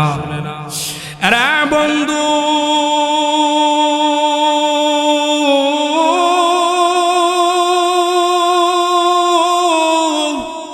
এ নরসিংদী ডিস্ট্রিক্টের ভাইয়েরা, আমার আমার নবী যে মাত্র বলল ওই দিন দেখা যাবে নারী পুরুষ উলঙ্গ অবস্থায় হাসরের ময়দানে দাঁড়াবে। আল্লাহর নবীর কথা শুনে আম্মা জান আয়েশা সিদ্দিকা ডেকে ডেকে বলে, নবী গো, ওই দিন কি একজন আরেকজনের দিকে তাকাইবে না? আপনার স্ত্রী, আপনার কলিজার টুকরা ফাতেমা কি ওই দিন উলঙ্গ অবস্থায় থাকবে? একজন আরেকজনের দিকে কি তাকাইবে না? আল্লাহর নবী বলেন, আয়েশা রে, একজন আরেকজনের দিকে তাকাইবে দূরের কথা, ওই দিন মানুষ ওই ধরনের মন মানসিকতাই থাকবে না, মানুষের মুভমেন্ট ওই দিকে থাকবে না। মানুষগুলি ওই দিন ইয়া নাফসি করতে থাকবে। মানুষগুলি বলবে, হাই রে, কোন সময় জানে বিচারের কাজ শুরু হয়। মানুষগুলি পেরেশানির মধ্যে থাকবে। আল্লাহর নবী বলেন, আয়েশা, কঠিন থেকে কঠিন হবে। কোন সময়? আম্মা জান আয়েশা বলেন, নবী গো, ওই দিন কি আপনার আয়েশার কথা মনে থাকবে না? আপনার ফাতেমার কথা মনে থাকবে না? আপনার পরিবারের কথা মনে থাকবে না? এরা বন্ধু বাবাজিরা রে, আমার নবী ডাক দেয়া বলেন, আয়েশা রে, তিন সময় কোনো কারো কথা কেউ স্মরণ করবে না, কেউ কারো চিনবে না। তিনটা সময় ও আয়েশা, প্রথম নাম্বার হলো যখন আমল নামা বন্টন করা হবে, আমল নামা ছেড়ে দেওয়া হবে। প্রত্যেকটা মানুষ পেরেশানির মধ্যে থাকবে। হাই রে, আমার আমল নামা ডান হাতে আসে না বাম হাতে আসে? হাই রে, আমার আমল নামা যদি ডান হাতে আসতো আমি কতই না বড় ভাগ্যবান ছিলাম। এইরকম ভাবে আমার নবী দুই নাম্বার কথা বলেন। আমার নবী বলেন, মিজানের পাল্লায় যখন আমল নামা ওজন দেওয়া হবে, ওই দিন মানুষ পেরেশানি অবস্থায় থাকবে। ওই দিন বাবা চিনবে না ছেলে, ছেলে চিনবে না বাবারে, মা চিনবে না সন্তান রে, সন্তান চিনবে না মায়েরা রে। রে বন্ধু, প্রত্যেকেই টেনশনে থাকবে। হায় হায়, আমার আমল নামার ওজন মিজানের পাল্লায় কম চলে আসে। আল্লাহর নবী বলেন, আয়েশা, তিন নাম্বার যখন ফুলসিরাতের ব্রিজ পার হবে, ওই সময় মানুষ ইয়া নাফসি করবে, হাই রে, আমি ফুলসিরাতের ব্রিজ কি পার হইতে পারবো না জাহান্নামে পড়ে যাবে। আরে বন্ধু বাবাজি, এ যুবক ভাইরা রে, নবী বলছেন তিন জায়গার মধ্যে কেউ কারো চিনবে না। আমার দেশের কিছু কিছু দরবেশ মৌলবী আছে, কিছু কিছু পীর মুরিদ আছে, তারা বলে হাসরের ময়দানে তারা নাকি সুপারিশ কইরা জান্নাতে নিবে। রে বন্ধু, ওই দিন আমার নবীও কারো কথা স্মরণ করবে না। ওই দিন মানুষ ইয়া নাফসি করবে। ভাইজান, মানুষ কঠিন হাসরের ময়দানে সূর্যটা যখন মাথার নিকট পর্যায়ে চলে আসবে, বন্ধু বাবাজিরা রে, আমার মুফাসসিরিনে কেরাম বলতেছেন, মুহাদ্দিসিনে কেরাম বলতেছেন, এই সূর্যটা বর্তমান একটা মুখ আমাদের দিকে ধরা আছে, আর 70টা মুখ ওই দিকে ধরা আছে উল্টা দিকে। রে বন্ধু, ওই দিন 70টা মুখ মানুষের কাছাকাছি ধরা হবে, মগজগুলি গলে যাবে। আরে বন্ধু, কঠিন থেকে কঠিন হবে। ওই হাসরের ময়দান কেমন ভয়ঙ্কর হবে, কেন ভয়ঙ্কর হবে? আরে ভাইজান, আল্লাহর নবী বলেন, জাহান্নামটা যখন মানুষকে আক্রমণ করার জন্য প্রস্তুতি নিবে, এইভাবে দেখা যাবে জাহান্নামের আংটার মধ্যে 70,000 ফেরেশতা করার মধ্যে ধরে রাখবে। জাহান্নাম মানুষকে খাওয়ার জন্য চিৎকার করতে থাকবে। আমার বাবাজিরা রে, আমার এ বন্ধু, আল্লাহর চেয়ারের পাশে বসা দাঁড়ানো থাকবে জিব্রাইল আলাইহিস সালাতু ওয়াস সালাম। আর এই দিকে দেখা যাবে জাহান্নামটা এমন ভাবে দাওয়া করবে। আরে বন্ধু, আমার নবী বলেছেন জাহান্নামের দৃশ্যটা কেমন ভয়ঙ্কর হবে। একটা কিতাব আছে, যেই কিতাবের নাম হলো ফেরুস্তু কাজিব হালত। এই কিতাবের মধ্যে লেখছেন জাহান্নামের কেমন ভয়ঙ্কর দৃশ্য হবে। জাহান্নামের ভয়ঙ্কর দৃশ্য, এই জাহান্নামের মাথা থাকবে 30,000, প্রত্যেকটা মাথার মধ্যে দাঁত থাকবে 32,000। এ বন্ধু বাবাজি দিলের কান লাগায় শোনো, এই দৃশ্য প্রত্যেকটা মানুষ ওই দিন দেখবে বাবাজি। প্রত্যেকটা মাথার মধ্যে 32,000 দাঁত, এক একটা দাঁত হবে উহুদ পাহাড়ের সমপরিমাণ।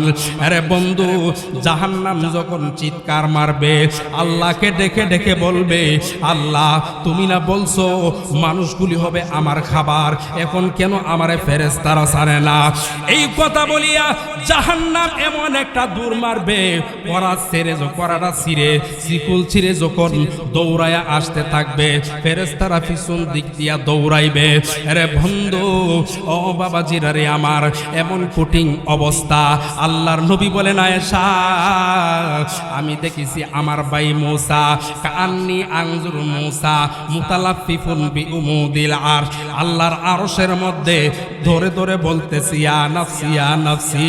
আল্লাহ আজকে আমার মারে চাই না, আজকে আমার বোন চাই না, আজকে আমার বাইরে চাই না, আল্লাহ আপনি আমাকে বাঁচান, আমাকে বাঁচান। আরে বন্ধু বাবাজিরা রে আমার, কি কঠিন ভয়ঙ্কর হবে। জিবরিল আলাইহিস সালাতু ওয়াস সালাম আল্লাহর ডান পাশে দাঁড়ানো অবস্থায় থাকবে। জিবরিল এই জাহান্নামের দৃশ্য দেখা বলবে, রব্বি সাল্লিম রব্বি সাল্লিম, আল্লাহ আপনি আমাকে বাঁচান, আল্লাহ আপনি আমাকে বাঁচান। কি কঠিন ভয়ঙ্কর। ওই দিন মানুষ এই দৃশ্য দেখে, এখন কিন্তু হিসাব কিতাব শুরু হয় নাই। হিসাব কিতাব শুরু হওয়ার পরে না জান্নাতে যাইবে আর যারা জাহান্নামে যাইবে। কথা বলেন ঠিক কিনা? ওই দিন আল্লাহ রাব্বুল আলামিন এমন রাগান্বিত অবস্থায় থাকবে, মানুষ বলবে, হাইরে আল্লাহ ওই তো জাহান্নামে দিয়া দিত আর নাই জান্নাতে দিয়া, যে কোনো একটা কইরা লাগ, আর তো ভালো লাগতেছে না, এত কষ্ট সহ্য হচ্ছে না। মানুষ এইরকম ভাবে শুধু বলতে থাকবে, আল্লাহর কাছে বলার মতো সাহস পাইবে না। কারণ ওই দিন নবীরা, জিবরিল এত বড়, আল্লাহ তাআলা জিবরিলকে বানাইছে। হাদিসের মধ্যে আসছে, পৃথিবীর আটলান্টিক মহাসাগর যত সাগর নদী আছে, সমস্ত সাগর নদীর পানি যদি জিবরিল আমিনের মাথা ছাইরা দেয়, পা পর্যন্ত ফসতে ফসতে সব শুকাই যায়। সুবহানাল্লাহ কইতেন না? পাও পর্যন্ত বসতে বসতে শুকাই যাব। এত বড় জিবরাইল আল্লাহর ফেরেশতা ওই দিন জাহান্নামের দৃশ্যটা দেখিয়া বলবে, রব্বি সাল্লিম রব্বি সাল্লিম, আল্লাহ আপনি আমাকে বাঁচান, আমাকে বাঁচান। মূসা পয়গাম্বর বলবে, আজকে আমার মারে চাই না, ভাই চাই না, বোন চাই না, আল্লাহ আপনি আমাকে বাঁচান, আমাকে বাঁচান। ওই দিন কে বলবে বিচারের কাজ শুরু করার জন্য? কারো সাহস আছে? আল্লাহ বলবে, সেদিন ডাইকা ডাইকা বলবে। ওই দিন ডাইকা ডাইকা নমরুদ, ফেরাউন, হাদিসে আসছে, আইনা ফেরাউন আইনা নমরুদ, কোথায় আসো, কথা বলো। কেউ কথা বলবে না, সকলে শুধু কাঁপতে থাকবে, কাঁপতে থাকবে। তখন মানুষ বলবে, আল্লাহ বিচার কাজ শুরু করে না কেন? কখন বিচারের কাজ শুরু করবো? জাহান্নামে যাইলে যাইগা, জান্নাতে দিলে দেখ যে কোনো একটা ফাইসালা হয়ে যাক। মানুষ দেখবেন কোর্টের মধ্যে দৌড়ানা, মামলা সামলা হইলে দেখবেন মানুষ কি করে, দৌড়াদৌড়ি করতে ভালো লাগতেছে, অসহ্য লাগতেছে। ওইতে দিলে ফাঁসি দিলে দেলাক, কালে যাবজ্জীবন একটা দেলাক। এই দৌড়াদৌড়ি আর মজা লাগে না, টাকা ভাঙতে ভাঙতে ফেরাসানি আর মজা লাগতেছে না। ওই দিন মানুষ দেখা যাবে, এই কথাটা কার কাছে গিয়া বলবে? সকলে মিল্লা দৌড়ায় যাবে হযরত আদম আলাইহিস সালাতু ওয়াস সালামের কাছে। আদম নবীর কাছে যাওয়ার পরে আদম নবী বলবে, 1000বার মাফ চাই। আদম নবী বলবে, আমার দেওয়া সম্ভব না। উম্মত বলবে, আপনি না আমাদের আদি পিতা, আপনি আমাদের পিতা, আপনি আমাদেরকে বিচারের কাজটা জাহান্নামে দিলে দেখ, জাহান্নামে যেটাই দেখ, আপনি বলেন বিচারের কাজটা শুরু করতো। আদম নবী বলবে, মত আমার ভয় লাগে, আমার যে আল্লাহ নিষেধ করছে গন্ধম ফল খাওয়ার জন্য, আমি তো খায়া ফেলাইছি, আল্লাহ যদি এটার জন্য আমার ধরে ফেলে আমি পারবো না। তোমরা যাও, ইতু নূহা, তোমরা নূহ পয়গম্বরের কাছে যাও। আমার মুসলমান ভাইরা, আমার সকলে মিলে যাবে নূহ পয়গম্বরের কাছে। নূহ পয়গম্বরের কাছে যাওয়ার পরে নূহ আলাইহিস সালাতু ওয়াস সালাম বলবে, উম্মত আমি পারবো না, আমার ভয় লাগে। আল্লাহ আজকে যে রাগান্বিত অবস্থায় আছে, তোমরা যাও, জলদি করে যাও ইব্রাহিম পয়গম্বরের কাছে। আল্লাহ নূহ পয়গম্বর বলবে, আল্লাহ যদি আমারে ধরে ফেলে, যেদিন কিস্তিটা ডুবেছিল ওই দিন আমার সন্তানের জন্য আমি কান্না করেছিলাম, আল্লাহ যদি আমারে জিজ্ঞাসা করে এত মানুষ মারা গেছে তাদের জন্য তুমি চিৎকার করো নাই, তোমার সন্তানের বেলা তুমি কেন চিৎকার করছিলা, এই কথা যদি আমারে জিজ্ঞাসা করে, না না না, তোমরা ইব্রাহিম পয়গাম্বরের কাছে যাও। ইব্রাহিম পয়গাম্বরের কাছে যাওয়ার পরে ইব্রাহিম আলাইহিস সালাতু ওয়াস সালাম বলবে, আরে উম্মত, আমার ভয় লাগে, আমি পারবো না। কারণ আল্লাহ যদি আমারে জিজ্ঞাসা করে তুমি ওই দিন কেন স্ত্রীকে বোন পরিচয় দিছিলা আর স্ত্রীকে বলছিলা আমি ভাই হিসাবে পরিচয় দিছিলা, এই কথা যদি জিজ্ঞাসা করে আমি কি জবাব দিব? আপনারা বলবেন হুজুর মাইজাদা এটা আবার কিতা কইলেন? এটা তো বুঝলাম না। স্ত্রীর ভাই পরিচয় আর বোন পরিচয় মানে ইব্রাহিম আলাইহিস সালাতু ওয়াস সালামের জামানায় বাদশা ছিল একটু খারাপ। কেউ যদি সুন্দর স্ত্রী নেওয়া যাইতো, কারণ ইব্রাহিম পয়গাম্বরের স্ত্রী অনেক সুন্দর ছিল, কেউ যদি স্ত্রী নেওয়া যাইতো তো ওই দেশের বাদশা তার পোলাপান দিয়ে আটকায়া ওই নারীর সাথে খারাপ কাজ করত।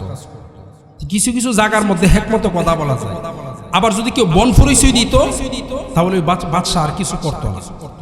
ইব্রাহিম পয়গাম্বর বলছে স্ত্রীকে, যদি বাদশা আমাদেরকে ধরে ফেলে তুমি বলবা উনি আমার ভাই লাগে, আর আমার যদি জিজ্ঞাসা করে আমি বলবো আমার বোন লাগে। আপনারা কইবেন কি স্ত্রী বোন ডাকবো কেমন আর স্ত্রী আবার ভাই ডাকবো কেমন? এবার আসুন আমি দলিল দিচ্ছি। কারণ এক মুমিন আর এক মুমিন ভাই ভাই। ইব্রাহিম আলাইহিস সালাতু ওয়াস সালাম ওই ক্ষেত্রে বলছে, কারণ আমাদের দেশের মধ্যে দেখবেন কিছু কিছু মানুষ ছেলে বিবাহ করাইতে যায়, মেয়ে বিবাহ দিতে যায়, তখন এমন প্রশ্ন করে, কিছু কিছু সময় প্রশ্নের মধ্যে বোঝা যায় এটা কি প্রশ্ন করছে, কোন ক্ষেত্রে কোন প্রশ্নটা করছে, কি বলেন বোঝা যায় না? যেমন আমাদের ব্রাহ্মণবাড়িয়া নাম শুনছি তাজুল ইসলাম ফখরে বাঙ্গাল রহমাতুল্লাহি আলাই, উনি যখন দেখতে আসছে কারি ইব্রাহিম সাহেব রহমাতুল্লাহি আলাই তার মেয়ে বিবাহ দিয়ে, তখন ফখরে বাঙ্গাল জিজ্ঞাসা করলো ফখরে বাঙ্গালকে, আচ্ছা আমার মেয়ে তোমার কাছে বিবাহ দিব, তোমার একটা প্রশ্ন করি, বলো তো তোমার আব্বা তোমার কি লাগে? আমরা হইলো কইলাম ধরুন এটা একটা প্রশ্ন হইলো, আব্বা তো আব্বাই লাগে। কি বলে? আব্বা তো আব্বাই লাগে। আর বেশিতে বেশি এক কথা বলতাম, আব্বা আমার স্বামী লাগে, এর চাইতে বেশি কইতা। তিনি বুঝতে পারছেন, তাজুল ইসলাম ফখরে বাঙ্গাল তিনি বুঝতে পারছেন প্রশ্নটা কোথায় থেকে করো। তিনি প্রশ্নের উত্তর দিচ্ছে আব্বা আমার ভাই লাগে। সুবহানাল্লাহ, আব্বা আমার ভাই লাগে। তখন কারি ইব্রাহিম সাহেব রহমাতুল্লাহ আলাইহি তিনি বলেন ছেলে বিবাহ উপযুক্ত, এর কাছে মেয়ে বিবাহ দেওয়া যায়। কারণ তিনি জবাব দিছেন ইন্নামাল মুমিনুনা ইখওয়া, মুমিন ভাই ভাই, এই ক্ষেত্রে মুমিন হিসাবে বাবা আমার ভাই লাগে। সুবহানাল্লাহ কইতেন না? আর আমাদের সমাজে কিছু মানুষ এমন প্রশ্ন করে যে প্রশ্নের কোনো উত্তর নাই। আমি দেখলাম এক জায়গার মধ্যে একটা ঘটনা পড়ছিলাম, মানে গল্প পড়ছিলাম, জিজ্ঞাসা করছে ছেলেইসি বিবাহ করতো মেট্রিক পরীক্ষা দিয়া, তখন ছেলের প্রশ্ন করছি কি জানেন, আমরা মেয়ে বিবাহ দিই, ছেলে বিবাহ করাইব, মেয়েরে প্রশ্ন করব মা মাগরিবের নামাজ কই রাখাস, জুহরের নামাজ কই রাখাস, এই ধরনের প্রশ্ন করব। কিন্তু দেখা যায় এমন প্রশ্ন করে আটকানোর জন্য যেই প্রশ্নের কোনো অর্থ নাই। কথা বলেন ঠিক কিনা? এক ছেলে মেট্রিক পরীক্ষা দিয়ে গেছে বিবাহ করার জন্য, তখন মেয়ের পক্ষ থেকে প্রশ্ন করছে, আচ্ছা বলো তো 4টা গরুর কয়টা ঠ্যাং? আচ্ছা এটা কোনো প্রশ্ন হইল? 4টা গরু কয়টা ঠ্যাং? তখন সে বলতেছে 4টা গরু 18টা ঠ্যাং। তখন বলতেছে না ছেলে বিবাহ উপযুক্ত না, ছেলে ইডি কইতারে না, মেট্রিক পরীক্ষা দিয়ে আইছে, 4টা গরুর কয়টা ঠ্যাং ইডা কইতারছে না। আমার ভাষা বুঝতেছেন না আপনারা?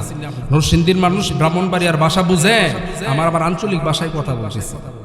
তখন বলতেছে তোরে মেট্রিক পরীক্ষা করাইলা, মেট্রিক পরীক্ষা পাস করলি, 4টা গরুর কয়টা ঠ্যাং তুই এটা জবাব দিতে পারছিস না? দিতাম না করে আমি কিটা পারি না, মেট্রিক পরীক্ষা দিয়েছি। কেমন প্রশ্ন করছে দেখছেন? আমি একটা শিক্ষিত মানুষের ছেলে, আবার শিক্ষিত, মেট্রিক পরীক্ষা দিয়েছি, সে প্রশ্ন করবে ভালো প্রশ্ন, সে আমার জিজ্ঞা কয়টা গরু, 4টা গরুর কয়টা ঠ্যাং? আমি চিন্তা করছি আমি তো জানি 4টা গরু 16টা ঠ্যাং, এর 2টা ঠ্যাং সাথে মিলাই 18টা ঠ্যাং করে দিস, এর 2টা ঠ্যাং সাথে মিলাইয়া 18টা ঠ্যাং করছে। যেমন প্রশ্ন তেমন জবাব। ইব্রাহিম আলাইহিস সালাতু ওয়াস সালাম জবাব দিয়েছিলেন এই জন্যে, এই বাদশার থেকে বাঁচার জন্যে তিনি ওই দিনটা মিথ্যা না, তিনি হিকমতে কথাটা বলছেন, তুমি পরিচয় দিবা আমি তোমার ভাই, আর আমি পরিচয় দিবি তুমি আমার বোন। বাদশা যখন দর্শিল তিনি এইভাবে পরিচয় দিয়া বাইচা গেছেন।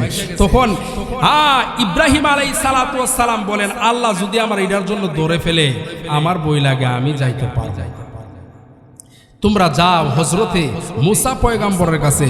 মুসা পয়গাম্বর বলে, না না, আমার দিয়া সম্ভব না, আল্লাহ যে আজকে রাগান্বিত অবস্থায় আছে, আমি পারবো না। তোমরা যাও, জলদি করে যাও হজরতে ঈসা পয়গাম্বরের কাছে। সকলে মিলে যাবে ঈসা পয়গাম্বরের কাছে। ঈসা নবীর কাছে যাওয়ার পরে ঈসা নবী ডেকে ডেকে বলবে, আরে উম্মত, এই দিক সেদিক দৌড়ায় লাভ নাই, কোন নবীর কাছে গেলে কোনো কাজ হবে না। যার কারণে আল্লাহ পৃথিবী সৃষ্টি করেছেন শেষ নবী, আখিরি নবী মুহাম্মদুর রাসূলুল্লাহ সাল্লাল্লাহু আলাইহি সাল্লামের কাছে চলে যাও। রে বন্ধু, এ বাবাজিরা রে আমার, সকলে মিলা আমার নবীর কাছে চলে যাবে। নবী গো, আপনি বলুন না, বিচারের কাজটা যেন শুরু কইরা দে। আমার নবী, রহমতের নবী, বিশ্ব নবী, রাহমাতুল লিল আলামিন, তিনি সরাসরি সেজদার মধ্যে পড়ে যাবে। সেজদার মধ্যে পড়ে আমার নবী আল্লাহর এমন প্রশংসা করতে শুরু করবে, এই প্রশংসা আল্লাহর নবী জিন্দেগিতে কোনোদিন করে নাই। এমন প্রশংসা করবে, আল্লাহ এত রাগান্বিত অবস্থায় থাকবে। আমার নবী প্রশংসা যখন শুরু কইরা দিবে, আমার আল্লাহ রাব্বুল আলামিন দিলটা নরম হয়ে যাবে। আমার নবী প্রশংসা শুনে আল্লাহ বলবে, ইয়া মুহাম্মদ ইরফা রাসুকা ওয়াসাল তুসা তুশাফা। আমার নবীকে ডেকে ডেকে বলবে, নবী গো, কথা দিয়েছিলাম উম্মতের সামনে আপনাকে বেইজ্জতি করব না। ওগো নবী, আপনি মাথা উঁচু করুন, আপনি মাথা উঁচু করুন। আজকে আপনি যা সুপারিশ করবেন, আমি আল্লাহ আপনার সুপারিশ গ্রহণ করব। চিৎকার করে বলা যাবে কি সুবহানাল্লাহ। রহমাতুল লিল আলামিন নবী, রহমাতুল লিল আলামিন নবী, কুরআনে প্রমাণ। উম্মত বিনে কে বুঝিবে আমার দয়াল নবীর শান। উম্মতি বিনে কে বুঝিবে আমার দয়াল নবীর শান। নবী আমার মদিনারি বুলবুল,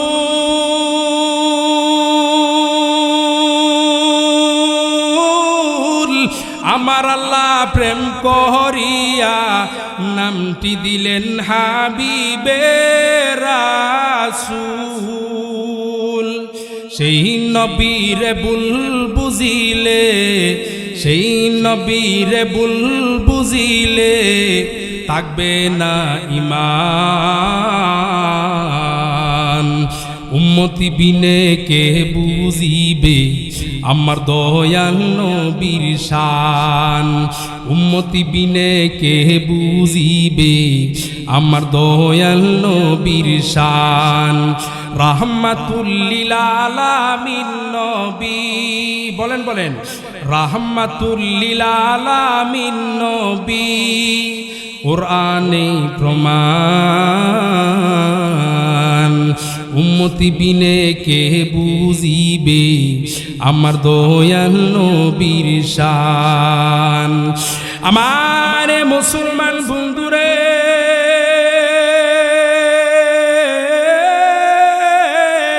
এ আমার যুবক ভাইরা রে, ও নরসিংদী ডিস্ট্রিক্টের মা বোনেরা, দিলের কান লাগায় শোনো। ওই দিন আমার নবী সুপারিশ করবেন। রে বন্ধু, তিনটা সময় না, তিনটা সময় শেষ হওয়ার পরে প্রথম নাম্বার বলেছিলাম ডান হাতে আসবে না বাম হাতে আসবে। মানুষ যখন পেরেশানি করবে, দেখা যাবে যারা জান্নাতি তাদের ডান হাতে আমলনামা চলে আসবে, আনন্দিত হয়ে যাবে। দেখছো, আমি জান্নাতের সার্টিফিকেট পাইছি, জান্নাতের সার্টিফিকেট পাইছি। আমার আপন মানুষ কোথায়? আসো আসো, আমি জান্নাতের সার্টিফিকেট পাইছি। আর যারা বেঈমান নাফরমান, তারা বুঝতে পারবে তারা যে জাহান্নামী। আল্লাহ বলবেন, ও বান্দা, তুমি কেন গুনাহ করছিলা, কেন গুনাহ করছিলা। ওই দিন নাফরমান ব্যক্তি, বেনামাজি ব্যক্তি বলবে, আল্লাহ আমি কোনো গুনাহ করি নাই, আমি কোনো গুনাহ করি নাই, মিথ্যা কথা বলবে। আল্লাহ কুরআনুল কারীমে নিয়ে আসছেন, বালিল ইনসানু আলা নাফসিহি বাসীরা ওয়ালাউ আলকা মাআযিরা। তারা জানে তারা অপরাধী, ওই দিন আল্লাহর কাছে মিথ্যা কথা বলবে। আল্লাহ রাব্বুল আলামিন তারা যে অপরাধী তিনটা প্রমাণ তার সামনে তুলে ধরবে। ওইটা প্রমাণ তুলে ধরবে সে যে নাফরমান। আমার বন্ধুরারি, আমার বাবাজিরারি, আমার আল্লাহ রাব্বুল আলামিন ওই দিন জমিনকে ডেকে ডেকে বলবে, ইয়াউমা ইদিন তুহাদ্দিসু আখবারাহা। এর জমিন তোমার উপরে দাঁড়ায়া দাঁড়ায়া এই নাফরমান কি গুনাহ করছে তুমি বলে দাও।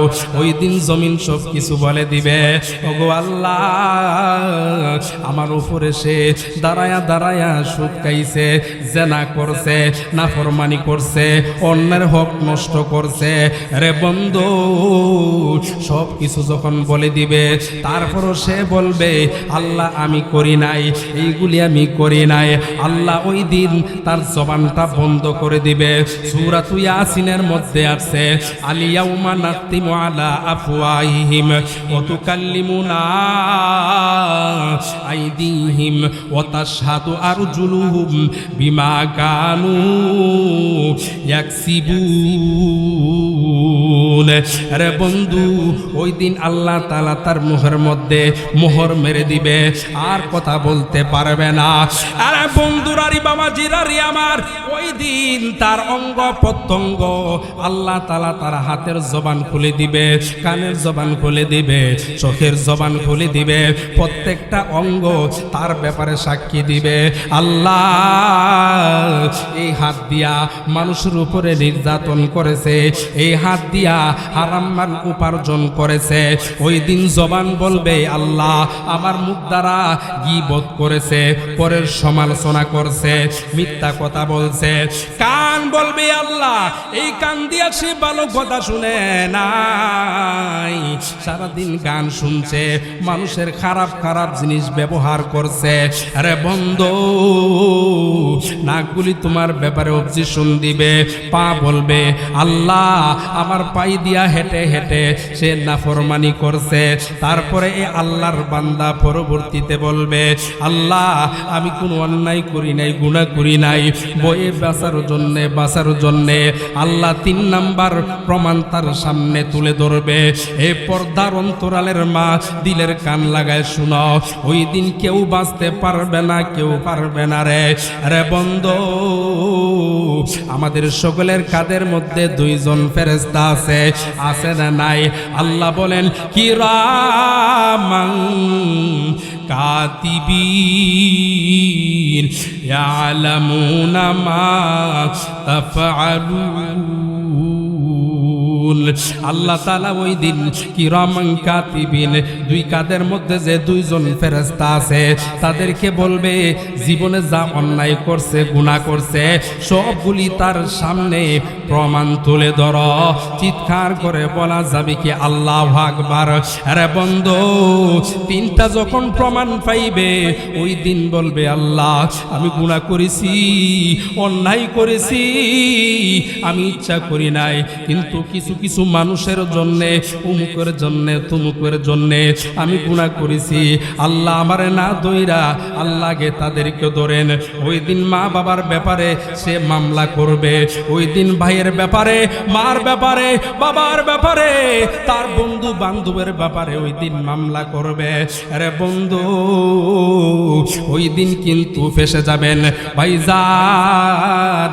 তখন আল্লাহ রাব্বুল আলামিন তার আমলনামা বাম হাতে দিবে, কিন্তু সরাসরি সে দেখতে পারবে না। তখন সে দেখতে চাইবে, ডান হাত যখন বাড়াইবে আল্লাহ রাব্বুল আলামিন তার ডান হাতটা এইরকম ভাবে বেঁধে ফেলবে, আর বাম হাতটা তার ভিতর দিয়া, বুক দিয়া এমন ভাবে ঢুকাইবে পিছন দিক দিয়া বের হবে। তারপর তার আমলনামাটা তার হাতের মধ্যে তুলে ধরবে। এখন তো সে দেখতে পাবে না। আরে বন্ধু, কেমন ভয়ঙ্কর হবে, কেমন ভয়ঙ্কর হবে। ওই সময় আল্লাহ রাব্বুল আলামিন তার গাটটা মটকায়া দিবে। যখন সে দেখতে পারে আল্লাহ বলবেন ইকরা কিতাবাকা কাফা বিনাফসিকাল ইয়াউমা আলাইকা হাসিবা। রে ও নাফরমান, পর তোর আমল নামা তুই নিজে পড়। সেই দিন তার আমল নামা নিজে পড়বে আর সবগুলি গুনার কথা স্মরণ হবে। রে বন্ধু বাবাজি, বয়ান আমি লম্বা করব না। কিয়ামতের বর্ণনা, কিয়ামতের হাসরের ময়দানে কি ভয়ঙ্কর অবস্থা হবে। যারা জান্নাতি জান্নাতে চলে যাবে, যারা দেখা যাবে অল্প ঈমান নিয়া হাসরের ময়দানে দাঁড়াইছে, যার একবার ঈমান নাই তাদের বিচার হবে একরকম। যারা ঈমান আমল নিয়া কবরে গেছে, ওই দিন আল্লাহ রাব্বুল আলামিন কিছু কিছু মানুষের সুপারিশ করবে। আল্লাহ রাব্বুল আলামিন ওই দিন ক্ষমতা দিবে। আমার নবী রহমতের নবী, মানুষ পেরেশান অবস্থায় থাকবে। ওই দিন হাসরের ময়দানে আমার নবীর কাছে একটা হাউজে কাউসারের পানি দিবে। যে পানি মানুষ একবার পান করলে জীবনে আর তৃষা লাগবে না, তৃষ্ণা লাগবে না। মানুষগুলি ওই দিন এই পানি পান করার জন্য সমস্ত উম্মত মুসলমান লাইনে দাঁড়াইবে। বন্ধু, বয়ান আমি গুছাই নিয়ে আসতেছি। যখন মানুষগুলি দাঁড়াইবে পানি পান করার জন্যে, আল্লাহর নবী পানি দেওয়ার জন্য হাজির হবে। আল্লাহ রাব্বুল আলামিন মধ্যে একটা পর্দা ছেড়ে দিবে। আমার নবী ডেকে ডেকে বলবে, আল্লাহ এইগুলি তো সব আমার উম্মত। আল্লাহ বলবে, নবী গো, আপনি জানেন না এই যে পর্দার বাইরে যারা আছে তাদেরকে আপনি চিনছেননি, তারা হলো আপনার এই উম্মত। আপনি যখন এই রক্তমাখা দিন দুনিয়ার জমিনে এই দুনিয়ার মধ্যে রেখেছিলেন, এই রক্তমাখা ইসলাম, তারা ইসলামকে বিক্রি করেছে, ইসলামের মধ্যে বেদাত ঢুকাইছে, নতুন নতুন আবিষ্কার করছে। ওগো নবীজি, আপনার দিনকে তারা বিক্রি করছে। ওই দিন আমার নবী রহমতের নবী ডাক দেয়া বলবেন, সুহুকান সুহুকান লিমান গায়্যারা বাদি, দূর হয়ে যাও, দূর হয়ে যাও, দূর হয়ে যাও। রে বন্ধু, ওই দিন আমার নবী যাদেরকে এই কথা বলবে তারার মতো কপাল ফোড়া মানুষ আর হতে পারে না। ওই দিন আমার নবীর সুন্নত মোতাবেক যারা জীবন যাপন করেছেন, ওই দিন আমার নবীর হাতে হাউজে কাউসারের পানি পান করবে। এই পানি এত মজা, এত মজা, একবার পান করলে আর জিন্দিগিতে কোনোদিন পানির তৃষ্ণা লাগবে না। এটা কোন মানুষের জন্য, কোন মুসলমানের জন্য? যারা ঈমান আমল কবরে নিয়ে গেছে, যারা নবীর সুন্নত মোতাবেক চলাফেরা করছে, তাদের জন্য। আমার মুসলমান ভাইরা, এই জন্য কবরে ঈমান আমল নিয়ে যাওয়ার দরকার আছে না নাই? আপনার বলবো হুজুর কিয়ামত কোন সময় হবে, এটা এখন এটা টেনশন করে লাভ আছে? এটা তো বহুত পরের কথা। ভাইজান, নবীজি যে আলামতের কথা বলছেন, নবীজি যে কিয়ামতের আলামতের কথা বলছেন, অলরেডি ছোট ছোট যত আলামত আছে সব প্রকাশ হয়ে গেছে, একটাও বাহিনী। কেউ কেউ বলতেছেন, মুহাদ্দিসিনে কামরা বলতেছেন যে বড় বড় আলামত প্রকাশ হইতে শুরু করছে। এই জন্য তওবা করার সুযোগ পাবেন, এখনই তওবা করুন। আপনি বলবেন, হুজুর তওবা করুন, তওবা যে গুনাহ করি, এই গুনাহ করলে কি আল্লাহ আমাদেরকে মাফ করবে? আল্লাহ বলেন, বান্দা লা তাকনাতু মির রাহমাতিল্লাহ, উম্মত তুমি নৈরাশ হয়ো না, বান্দা তুমি নৈরাশ হয়ো না, তুমি আমার কাছে চাও, আমি তোমার দিতে প্রস্তুত। একটা ঘটনা বলবো না, আমার নবী কাছে এমন এমন মানুষ গুনাহ করে গেছে, আল্লাহ তাদেরকে মাফ করছে। আমরা তো এমন গুনাহ করি নাই যে গুনার কারণে আল্লাহ আমাদেরকে মাফ করবে না। কি বলেন? জান্নাত বানাইছে কার লাগে? আমাদের জন্য বানাইছে না। আল্লাহ কারে জান্নাত দিবে? আল্লাহ তো জানে বান্দা গুনাহ করবে, করার পরে আবার তওবা করবে। তওবা করলে আল্লাহ তওবার দরজা খোলা রাখছেন। যেদিন সূর্যটা পশ্চিম দিক থেকে উদিত হবে, এই দিন তওবার দরজা বন্ধ হয়ে যাবে। ওই দিন চিল্লাইলে আর কাজ হবে না। আমার মুসলমান ভাইয়ারি, আমার এর যুবক, আমার নবী রহমতের নবী সাহাবীদেরকে বয়ান করতেছেন, সাহাবীরারি তোমরা যদি উত্তম রূপে তওবা করো, আমার আল্লাহ সকলের গুনাহ মাফ করে দিবে। সাহাবীরা আনন্দিত হয়ে গেল। একজন সাহাবী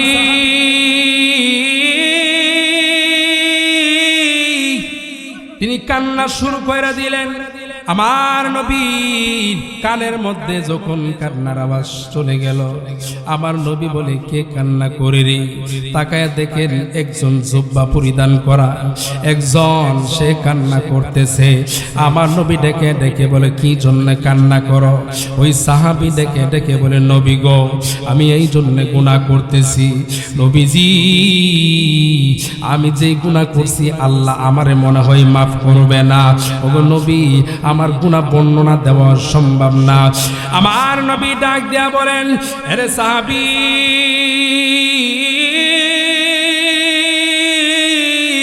বর্ণনা দাও, বর্ণনা না দিলেই কিভাবে আমি বুঝব?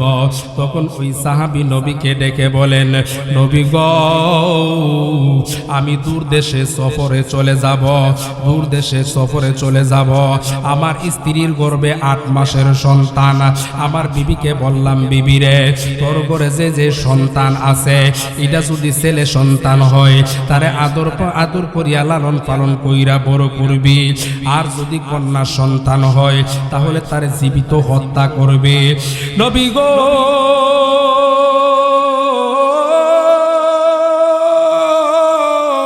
এই কথা বলিয়া আমি দূর দেশে সফরে চলে গেলাম।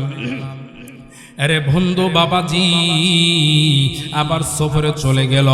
ওইদিকে কন্যা সন্তান দুনিয়ার জমিনে পদার্পণ করে। দাহিয়াতুল কলবি রাদিয়াল্লাহু তাআলা আনহু তিনি যখন বাড়িতে আসলেন, আসিয়া দেখেন বাড়ির সামনে একটা সুন্দর সন্তান, কন্যা সন্তান দেখা যায়।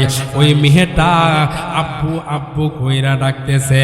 এই সন্তানটার নিয়ে যখন তিনি তার কামরায় চলে গেল, আবার নবীজি আমার এই কন্যা সন্তানকে আমার বিবির কাছে যখন আমি নিয়ে গেলাম, আমার বিবিকে বললাম, বিবি রে, এই কন্যা সন্তান কারা?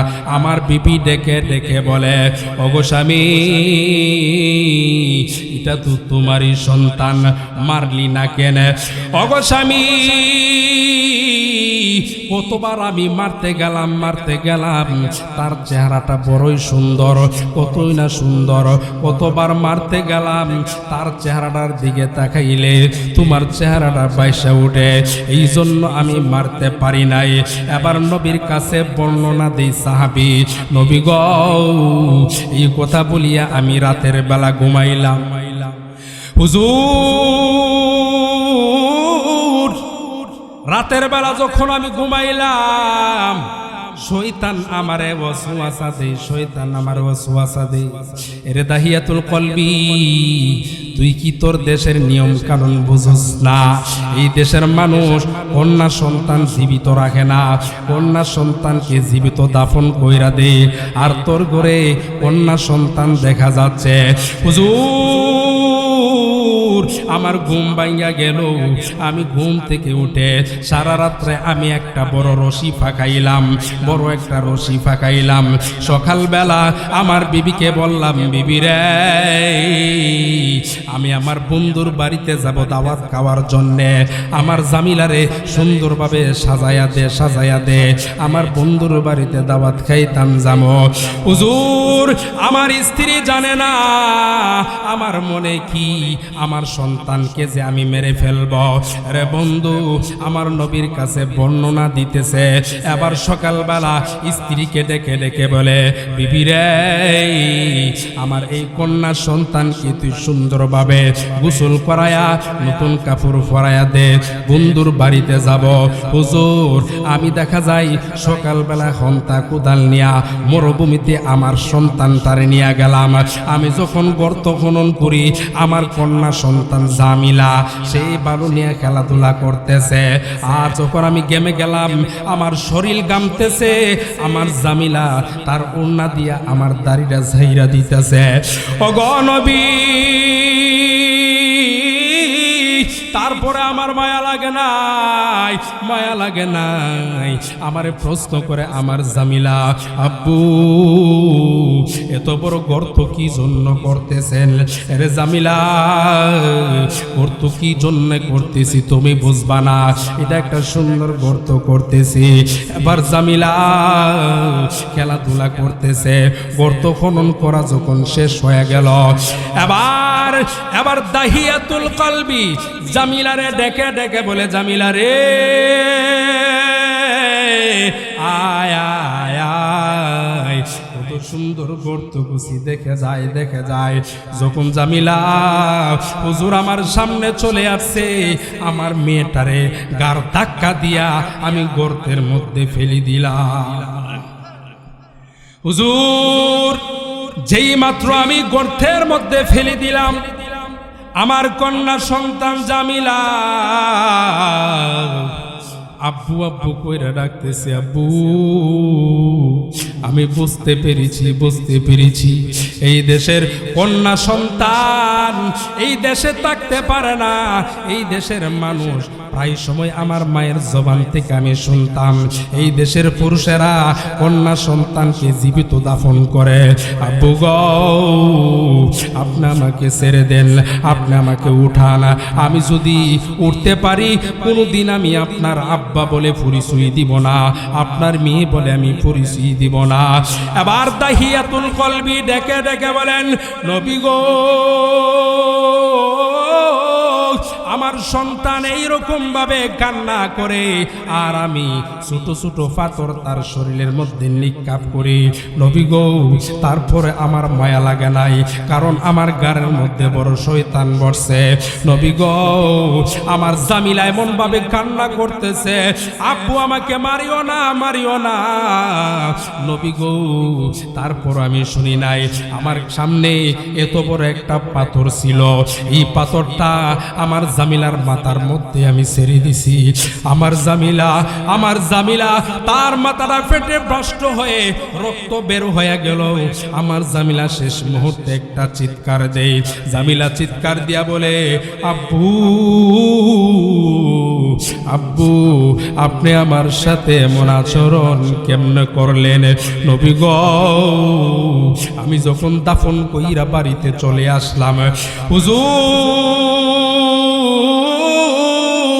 এখন আমি ঘুমাইতে পারি নাই, খানা খাইতে পারি নাই। ঘুমাইলে আমি দেখি আমার জামিলা আমারে ডাকে, আব্বু আপনি কেন এত বড় নিষ্ঠুর হইলেন?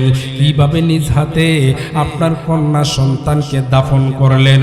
হুজুর খানা খাইতে গেলে আমি আমার জামিলারে দেখি, হুজুর আমার আল্লাহ আমার এই গুনাহ মাফ করবনি, আমার আল্লাহ আমার এই গুনাহ মাফ করবেনি। আল্লাহ রাব্বুল আলামিনের নবী পয়গম্বর এই বর্ণনা শুনে আমার নবী দাঁড়ানো অবস্থায় ছিল।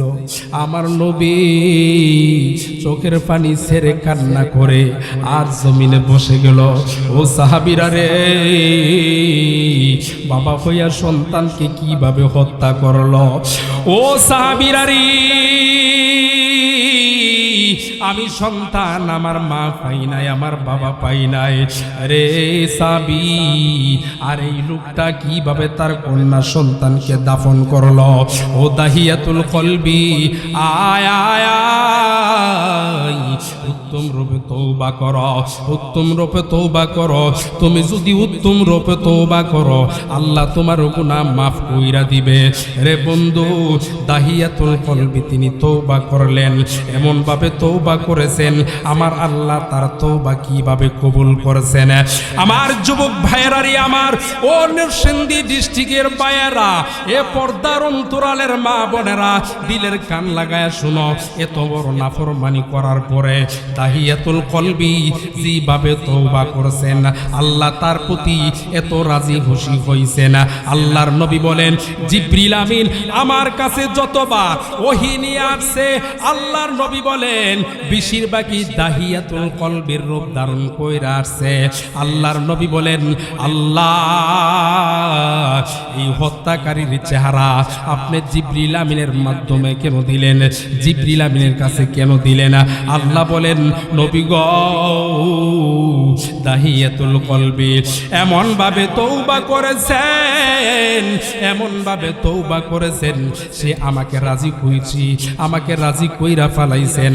আমি তার প্রতি সন্তুষ্ট হইয়া, তার প্রতি খুশি হইয়া, তার প্রতি প্রেম দেখাইয়া তার চেহারাটা আমি জিবরিল আমিনের মাধ্যমে দিয়া দিলাম। চিৎকার করে বলা যাবে কি সুবহানাল্লাহ? তাইলে তওবা করলে আল্লাহ তওবা কবুল করে।